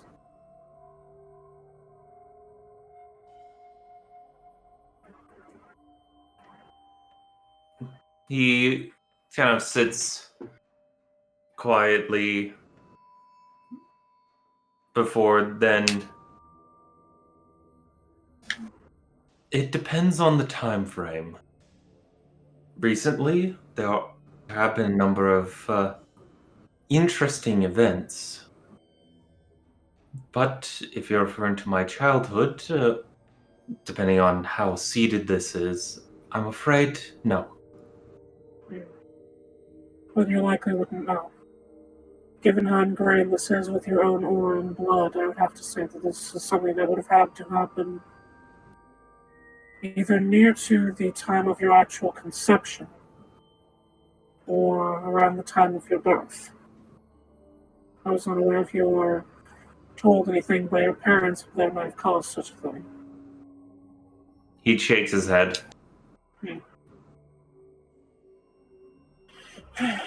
Fair enough. And I'll continue doing my delving into this topic, though I cannot promise any more results without your ability to provide me more answers. This is not a dig at you. I understand that this sort of thing is uncommon for people of this world to even be questioning. Their gods have done a very good job of hiding the existence of other realms.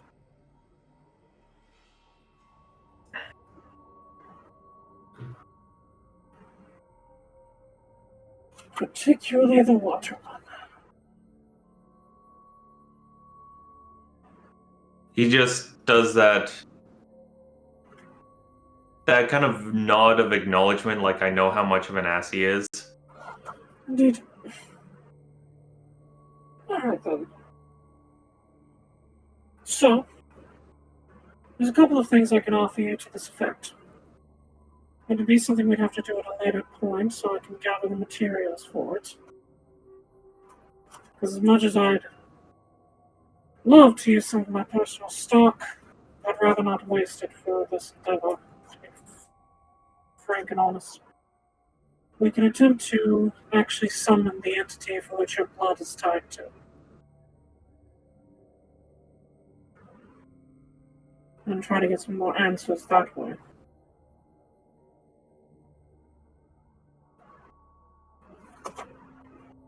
And give you a list of ingredients that you would need to be able to perform the summoning ritual with my aid, if that would be of such interest to you.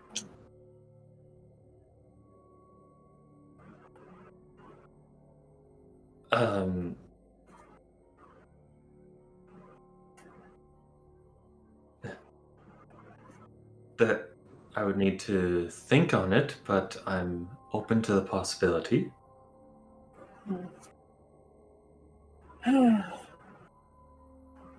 What is with mortals and the need to think on things? Very well.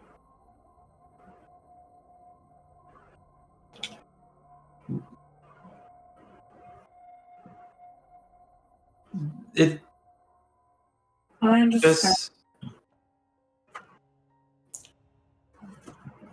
Listen, I'm a bit crass at the moment because I've been having to deal with my wife complaining about a stupid lock for the last few weeks. She has done nothing but talk about it constantly. Even when I have her clad in chain and leather.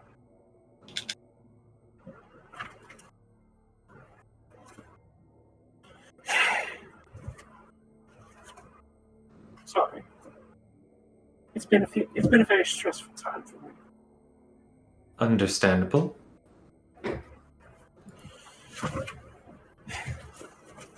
Still, if you'd like, I can send you a list of ingredients through a similar letter as I inquired to your presence here today.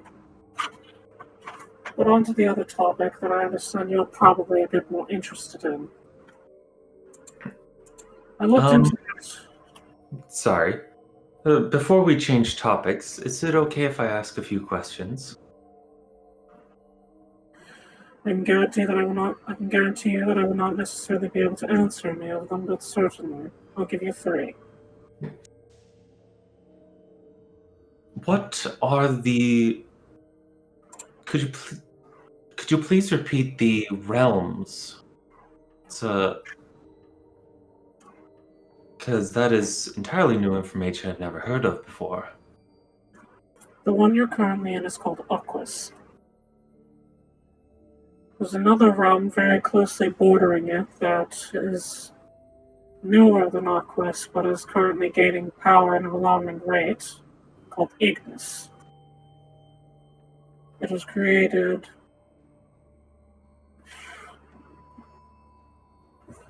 She actually looks very deeply into your eyes for a second.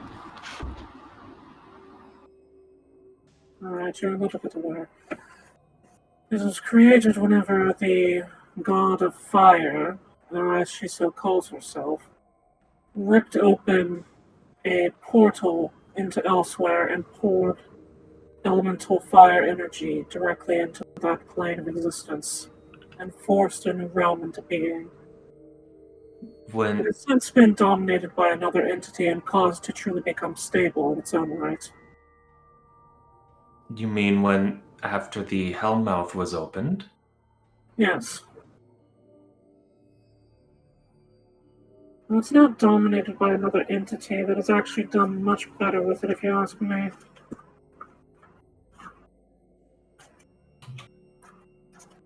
That woman, Ignesia, far too much power and far too little sense.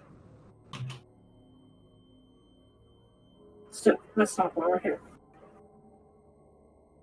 There's also Magia, which is a completely removed and separate realm and is where I hail from.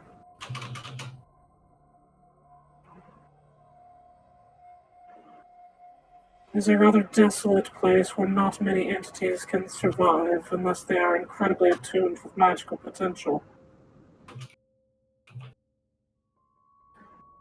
I would not recommend going there if you enjoy your life, considering you were not born in that location, so the likelihood of you being able to survive there is incredibly slim, even with your particular heritage. None of your friends will probably survive there either. Maybe the one out there, actually, but it's still unlikely. And there was Temporia, which, given your other topic of conversation you wished for me to look into, I believe you can probably make assumptions as to what that realm hails of. Is it the realm that Altia originated from? Yes. It's technically the realm that Altia is. Interesting. Yes. Think of her as a central piece winding an entire existence of clockwork. And for some reason she was displaced from there, and I'm still actually investigating the reason as to why. All Though I from everything I've seen, there's a ritual that was underwent shortly before the Hellmouth opened that caused her to be ripped from her realm to crash into the Hellmouth to force it open. I believe it took several thousands of human sacrifices to undergo as well. That's rather ghastly. Oh, of course. Anytime you break open the bounds between realms, it's rather ghastly. And afterwards, she was brought over to the Emerald Mountain and received treatment by Grainham and her followers, to my understanding. Yes.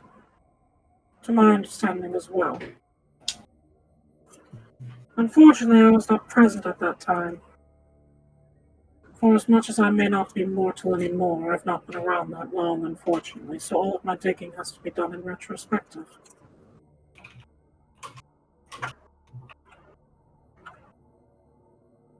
Of course, I do have a better perspective than most.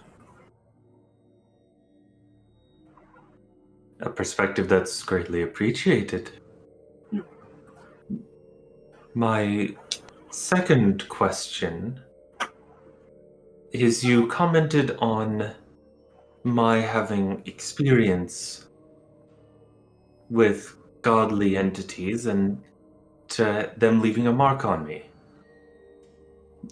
Could, hmm, could you explain further what it is you see on me? Have you ever had a cocktail? Yes. Your soul looks like an ice cube inside of a cocktail made of far too many drinks for anyone to conceptually drink it and enjoy it.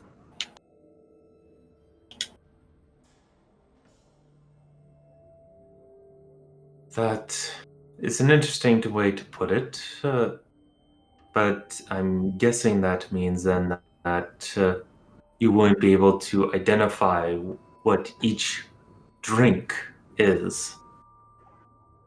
If you're asking me to pick apart the liqueurs of an individual cocktail that I was never privy to the creation of, while there's something I could do, it's not something I have a particular interest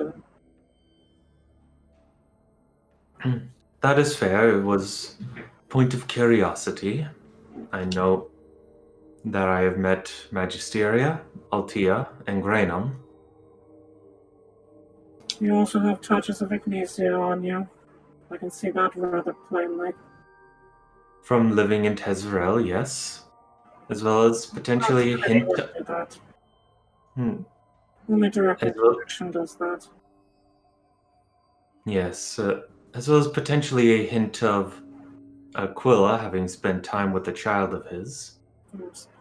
Both Ignacia and Aquila are both cases of you who've likely spent time with one of their children. At least been in very close proximity to one of them. The Ignacia one definitely seems more faint than the Aquila one, so that must have been fleeting.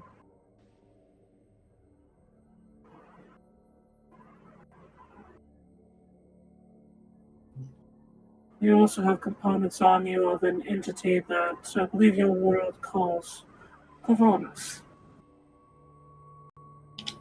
Yes, I did end up getting close to his resting site. No, it's different than that. But that's not what you asked. And what is your third question? My third question would be, given how apparent it is that something of my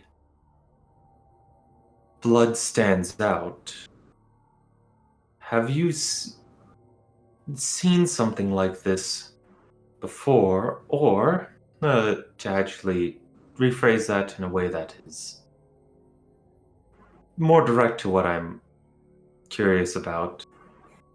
Do you know what the? Do you have any understanding of what potentially could have been the incident that caused this? Well, given the fact that I'm assuming currently the entity for which you have the blood of is a star child, the actual incident of your interaction with one, or potentially your parents' interaction with one, could be literally limitless. They do not abide by the rules of any realm as they exist outside of all of them. If I had to make an assumption, I would say one probably took interest in you and decided to bestow upon you a blessing, and is now watching over you with idle curiosity to see what you do. That tends to be something that they have a chance of doing. They're fickle entities with a constant sense of curiosity to the world around them. And ever since the entity that used to command them has been shattered and thrown about through the everlasting wells of magic elsewhere. They're without direction.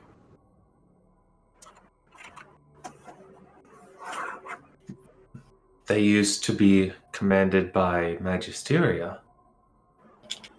Yes, her direct children. Or I suppose her offspring is a bit more of an accurate statement. Not necessarily born from her, but born of her power. Understood. I have other questions, but I understand you're a busy woman, so let's move on to the next topic. Yes, you can only get so much of my time for free. Your other question about the components of Altea lost in this world. I've not tracked down any of the locations in particular, but I've been able to find a potential record of all the devices that were created using her components. I hope you have a pen and paper. Da Vinci is going to pull out a pen, and he was already well, he had already requested paper from the lobby initially for another purpose. So yeah, he's got paper. Yeah. Very well. The main component created from her body, which is actually more or less her entire body that has been strewn about and torn to pieces, are three main components that I'm certain you're aware of already. There was the net that now binds the Jezebeth, the trident of Aquilus, and the chains that bind the sun.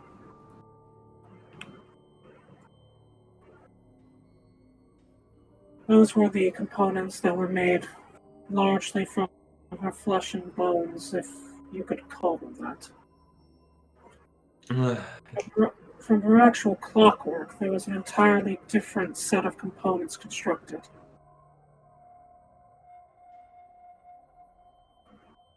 Each a piece of a single entity known as the Orrery of the Wanderer. Sorry. Something that was Out of character. Sorry. Could you please repeat that? the Orrery of the Wanderer. Okay. As far as I could gather, it was a magical device that pulled upon the essence of the fact that Altea herself ripped with the fabric between realms to fall into our own, and attempted to cause one to gain the ability to rip open that same fabric for the sake of their own travel, potentially to map the cosmos as well, based on an old design from what came before this realm. But that orrery has since been shattered, and its components now lie skewed about this realm. There was the chronometer, the dimensional loop, the fog gear, the rotor of return, the timepiece of travel, and the wheel of stars.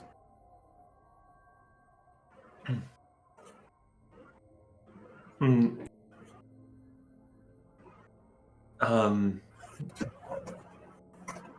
I think I might know where a few of those are. I know that. Well, it sounds like I have the timepiece of travel and the far gear.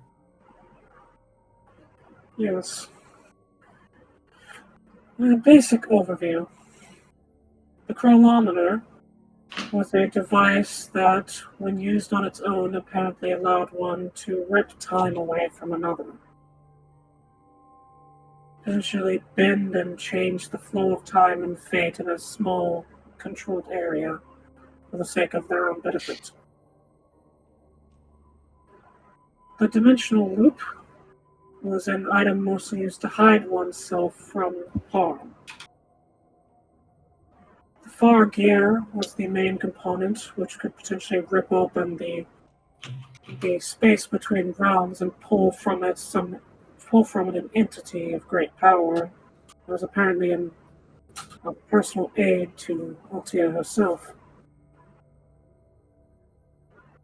The Rotor of Return was another item able to bend the flow of time in a slight degree, either by pulling objects from the ether as if they'd existed there the entire time, simply by changing their position in time from another location, or by reverting one's singular position to a place they've been previously.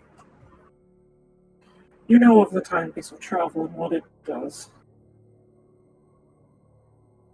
Yes. The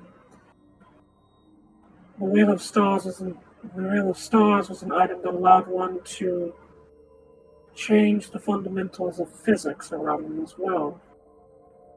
Essentially being able to fly as well as actually alter another entity's weight to change its ability to perform tasks.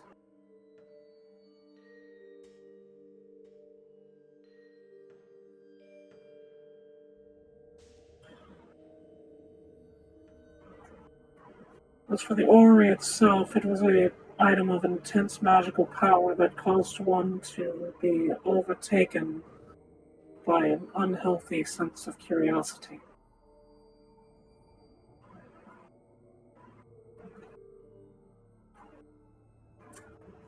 Now, It's just interesting study. a point of clarification.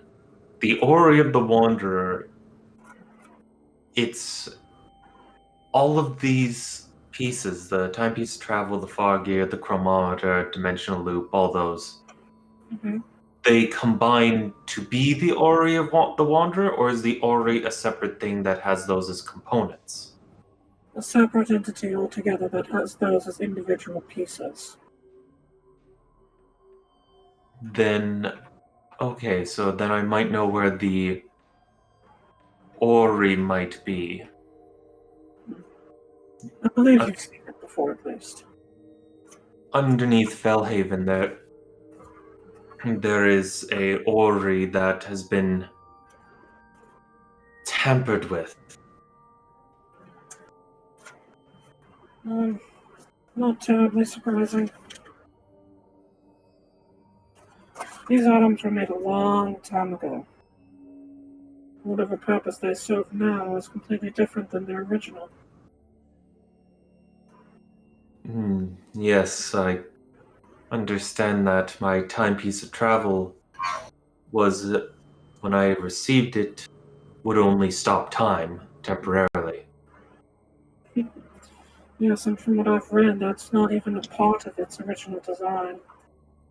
That was someone who didn't know what they were messing with and broke it.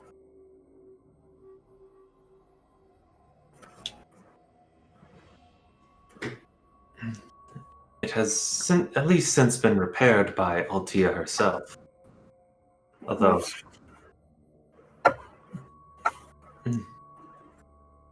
it is a little finicky. Yes. Such is the way when you attempt to fiddle with the devices of entities long past. Still, that's the extent of what I've been able to delve into researching of it. The exact location of these components I could potentially try to relate to you their original locations, though they're likely nowhere near those points in time anymore, so I don't believe it's very important. Might serve as an interesting pit stop, you could say, if we end up traveling near any of them. Mm. No, I believe it'll just get you sidetracked from your goal. Your device that you have currently should point you in the right direction, so there's no point in telling you where they might have been. Fair. If you happen near a piece, it should tell you. At least it is. It's still at least useful. I know now that this information is still useful. I now know a limited set of what to aim for. Yes. And I'm to understand that there is a piece in the clock tower of Granum. Yes. Though given the state of all the other pieces I've seen so far, do not expect it to be whole and undamaged. Fair enough. If you want to put the orrery back together the way it needs to be, they'll have to be restored to their original condition somehow. Keep that in mind as you travel forward. I understand. One question. I'll permit you one. What have you been able to uncover anything relating to the forge now on Kingfisher Isle?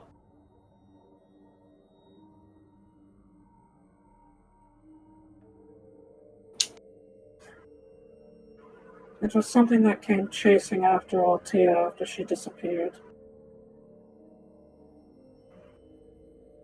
Many years later.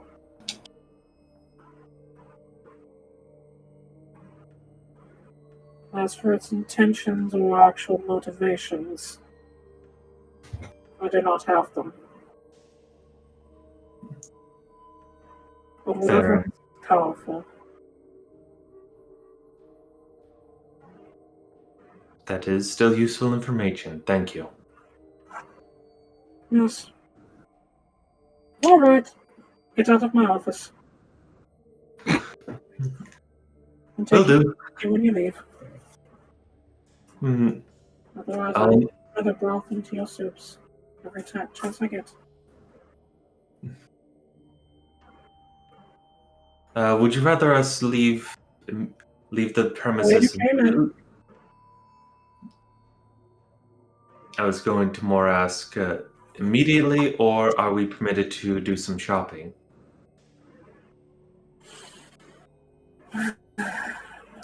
That's right, I run a store. Up to you. Wait, that sigh. I prefer if you just left. Unless you have something you're direly in need of. Just potions that cure poison. I'll give you 3 of them if you'll leave my house. Will do.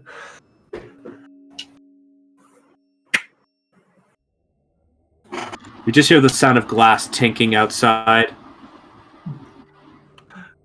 Okay, and Da Vinci will then just turn around and start doing that fast walk of I don't want to make it look like I'm running, but I'm getting out of here as fast as possible. As you leave the door, you almost trip over a small case of potions that was set directly outside the door, almost purposely to make you trip over it. Meanwhile, Failsy, you've just had to listen to a 10-minute long rant of Chirot screaming about how every time she's tried to pick this lock, it has broken her tools, and she's getting really fucking fed up with it. I didn't mention it bites tools. Yes, you mentioned it.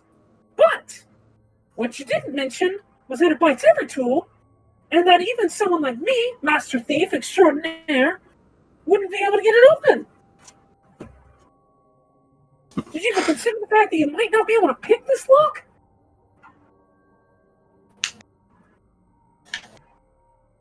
Then how do we open it? Would you have a key, maybe? If I had a key, I wouldn't have brought it here. I don't know if maybe you found a key in the meantime.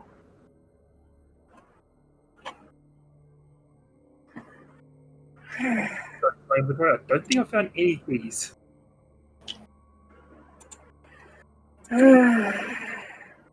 Well, I recommend you start finding every key you fucking can. Just start putting keys in holes. I don't care what holes. Because for right now, I don't imagine whatever's in that flask is worth the amount of frustration it's given me.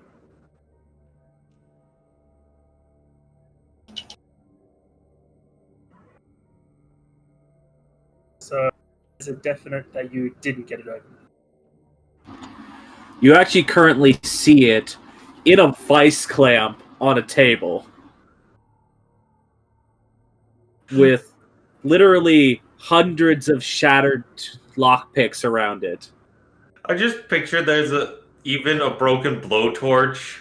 Like, just how did it break that? But also, damn, you went to the point of you can't refuse if you're melted. Can't be tied if it's liquid. Exactly. I mean, the vice grip itself is slightly melted. Either via acid or fire, you're not sure. Oh, I feel like Failsy would have a special dispensation. Well, actually. So I'm gonna ask you to just take the fucking thing away from me before I just decide to start taking a hammer to it. Because I already tried that, and I broke the hammer. Okay, I'll take it away from you then. Thank you. I might steal it again later if I get frustrated enough on my own. At least then it's on my terms. I'm not doing it for someone else. Mine then. She just mutters to herself about potential plans of stealing it from you.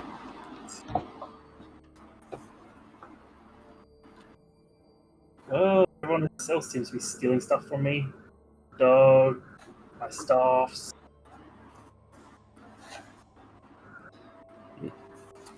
She does release the vice clamp so you can get the flask back out of it. Alright, now I'm gonna start hunting keys.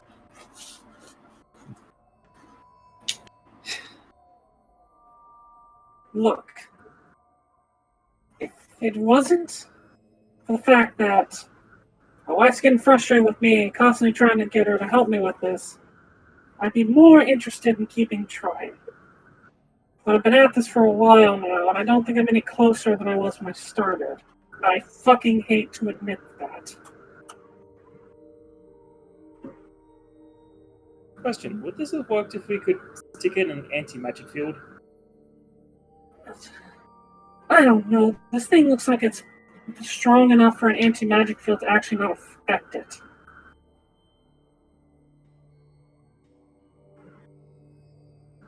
Some magical items just fucking don't care if they're an anti-magic.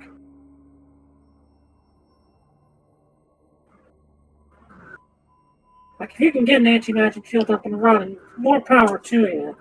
I might come help again then. But until that happens, I got nothing. Thank you anyway. Yeah. I've got the rather infuriating flask. For context, I did not roll above a 10 at any point while doing her background rolls. Oh no! Even with a really good modifier, it did not work. Sad face. That sucks. No wonder she's so frustrated.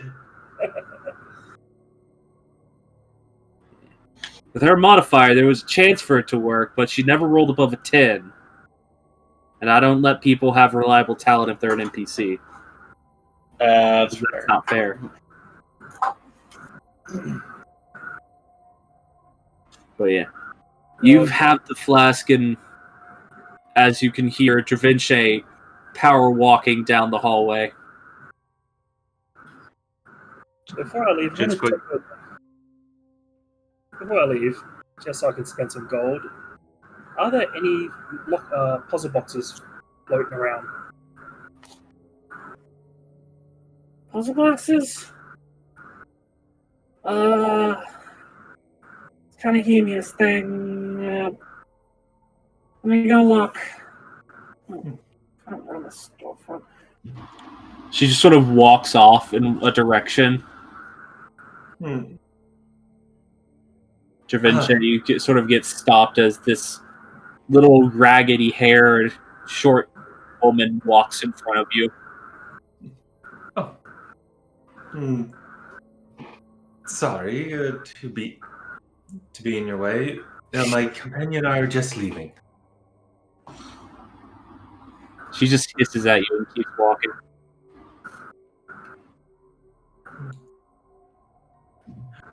Eventually, Just she does come back with a puzzle box. I don't know how much he even wants for this thing.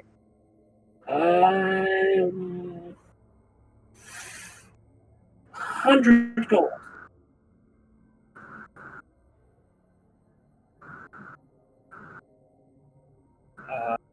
Hand over 10 platinum. Let's annoying that. She starts like clinking the coins together and just walks away into the shop, leaving you with this puzzle box. Oh, hi, Fancy. How did it go? Actually, scratch that. Let's just get moving now. Yeah. Bit at this point, but at least I got a puzzle box. Good. Now let's just get going. Yep. Alright. You all make your way out of Tinctures and Tonics. And as soon as you've left the front door and look back behind you, you are suddenly back in the normal alleyway that you should have been in the whole time. Question: How many Later potions? How many potions? 3. Yep. And they're of cure poison. You're not certain. Okay. That's what you asked for, but They're green. 3. They're like neon green. It's kind of weird. Well, he has them in his handy backpack, and just.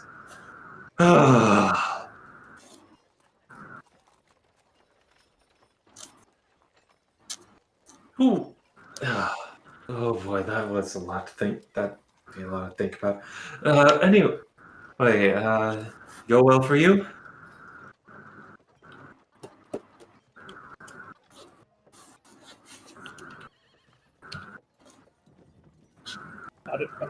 Pardon? Are you talking to me? Yes. Sorry, above game, it started raining, so I've got rain on my roof. Yeah, I can hear it. Just, Da Vinci was asking, how did it go for Failsy? Well, I got my iron flask back. It's still locked.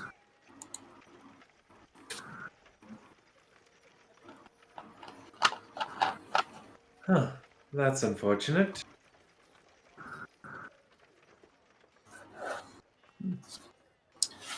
And so now I need to find keys. Or try and pick it myself. One of the two. Well, there is the chance that you might come across the key. Hey, Da Vinci, Yeah. you want to try a thing? What? You bought it.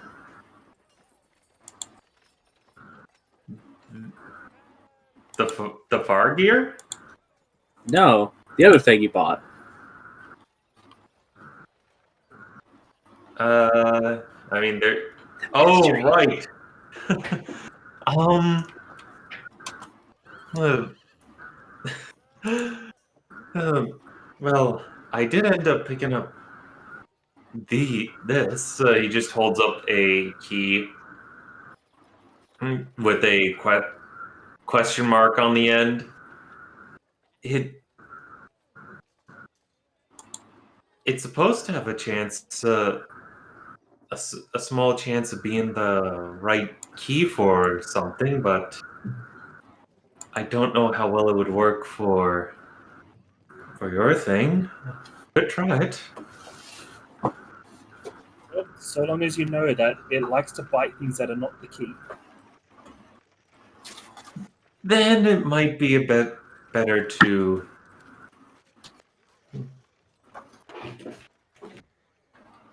not. I can get you in contact with where I bought these, and you can test your money. It's not like the keys were very expensive, but fair enough. But here I was getting my dice.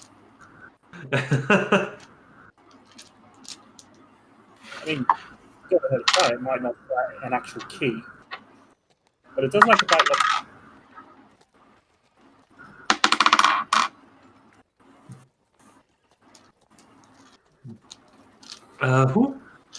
Who? Since you were having it being lockpicked, who was that that came by? I assume that it was Hemia's wife. Yeah. Don't really know much about it except she's a thief, lockpick artist, someone of Huh. less repute. Huh. Given their dealings, man, if only didn't have to just basically run out of the shop, I could have tried asking her to see if she could steal that box back.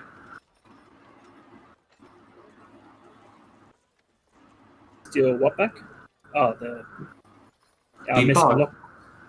Yeah, the box with the piece of Altea in it. Could have asked her to steal that back. We still don't know where it is, let alone. Well, we You know have who. Hemia's seal. That is true. Well, I can actually send her a letter, so maybe I could file the request for her to try that. Because we do know it's somewhere under the control of your mother, and we know roughly where your mother's source of political power is. So, by that logic, it might still be in Fellhaven.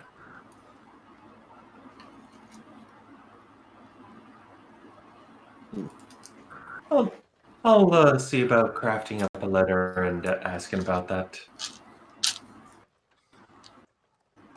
Anyway, I really would like to get back to the hotel as soon as we can. So let's find our bearings and get back there.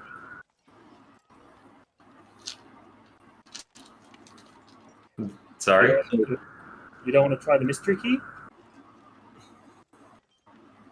There's only 5 gold. You could try one. Fine, you can try one. He just hands her one of the mystery keys. Right then. Pops it into the lock. The mouth opens. I rolled it and haven't touched it. I rolled a 3.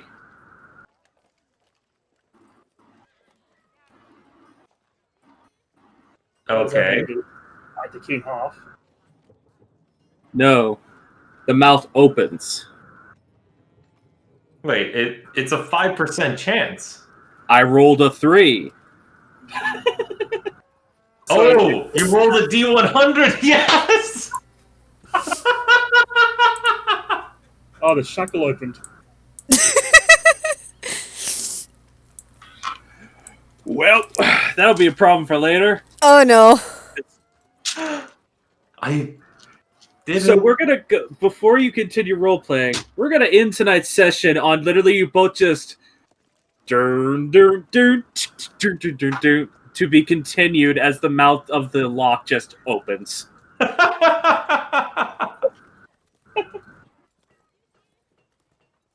Wanted to get us into the clock tower today, but that's a really funny point to leave off on.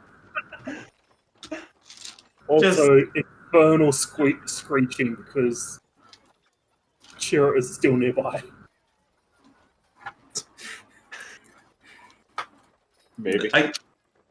So does the key come out and it's now just the key? Yeah, the key comes out and it's now like this hyper elaborate, far longer than it was when it went in. Just has like 27 different tumbler tines pointing in all different directions. Key mouth now, like key face now. And you have to like twist it back and forth as you're pulling it out. You're just like, this key was not this long when I put it in there. I did not press it to take any lockpicks long enough for this. That's a good time to call it. Just click, and then JoJo to be continued. Yes. Alright. Sorry about not getting us to the clock tower, everyone. I'm way too long-winded and also slightly drunk now. And also, you have two people who end up doing a lot of role play, especially me. I've effectively drank half of a 750 milliliter bottle of liquor. You actually sound like it too. I'm fine. Well, my speech slurs constantly anyways. Yeah, fair enough. It has nothing to do with the alcohol. It has everything to do with my horrible ability to speak.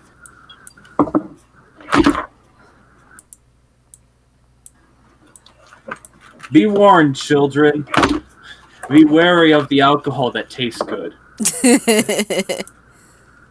Anyway,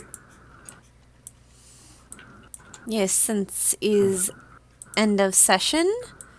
Anybody have anything they want to announce, promote, or shill? No. No.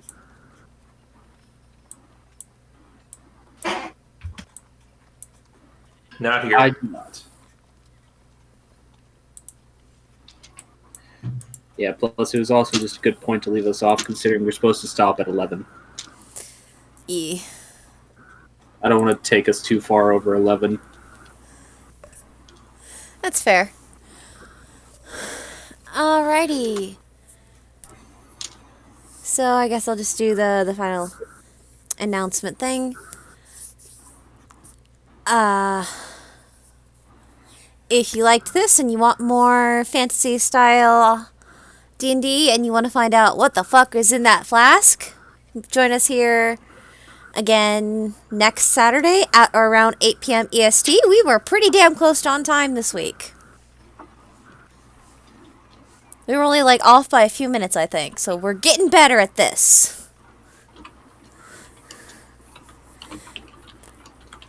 And if you'd rather, hopping into a campaign to listen to that's only a few episodes along and maybe just your tastes lay a little more D&D in modern setting, you can join us on Thursdays at or around 7 p.m. EST for the Ada project. Making sure I say it correctly.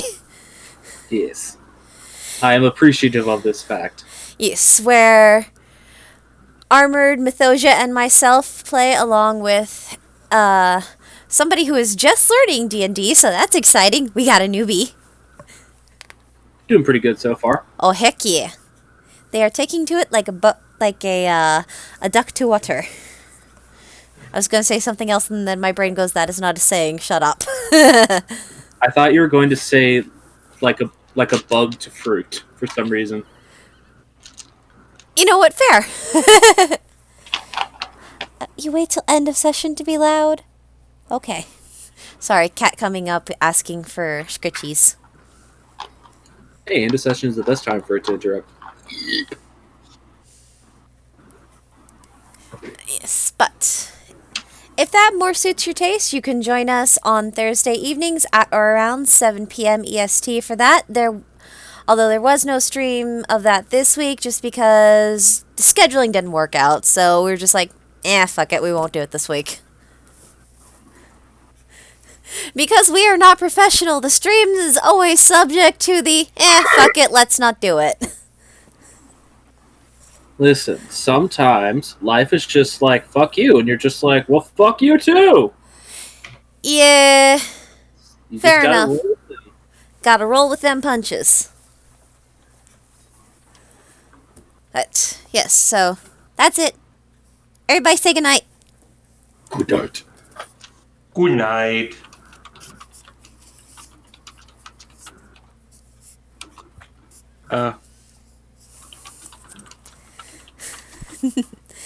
Alright, and with that, good night, everybody. We will see you Thursday, hopefully. We'll see how things go. Good night, everybody.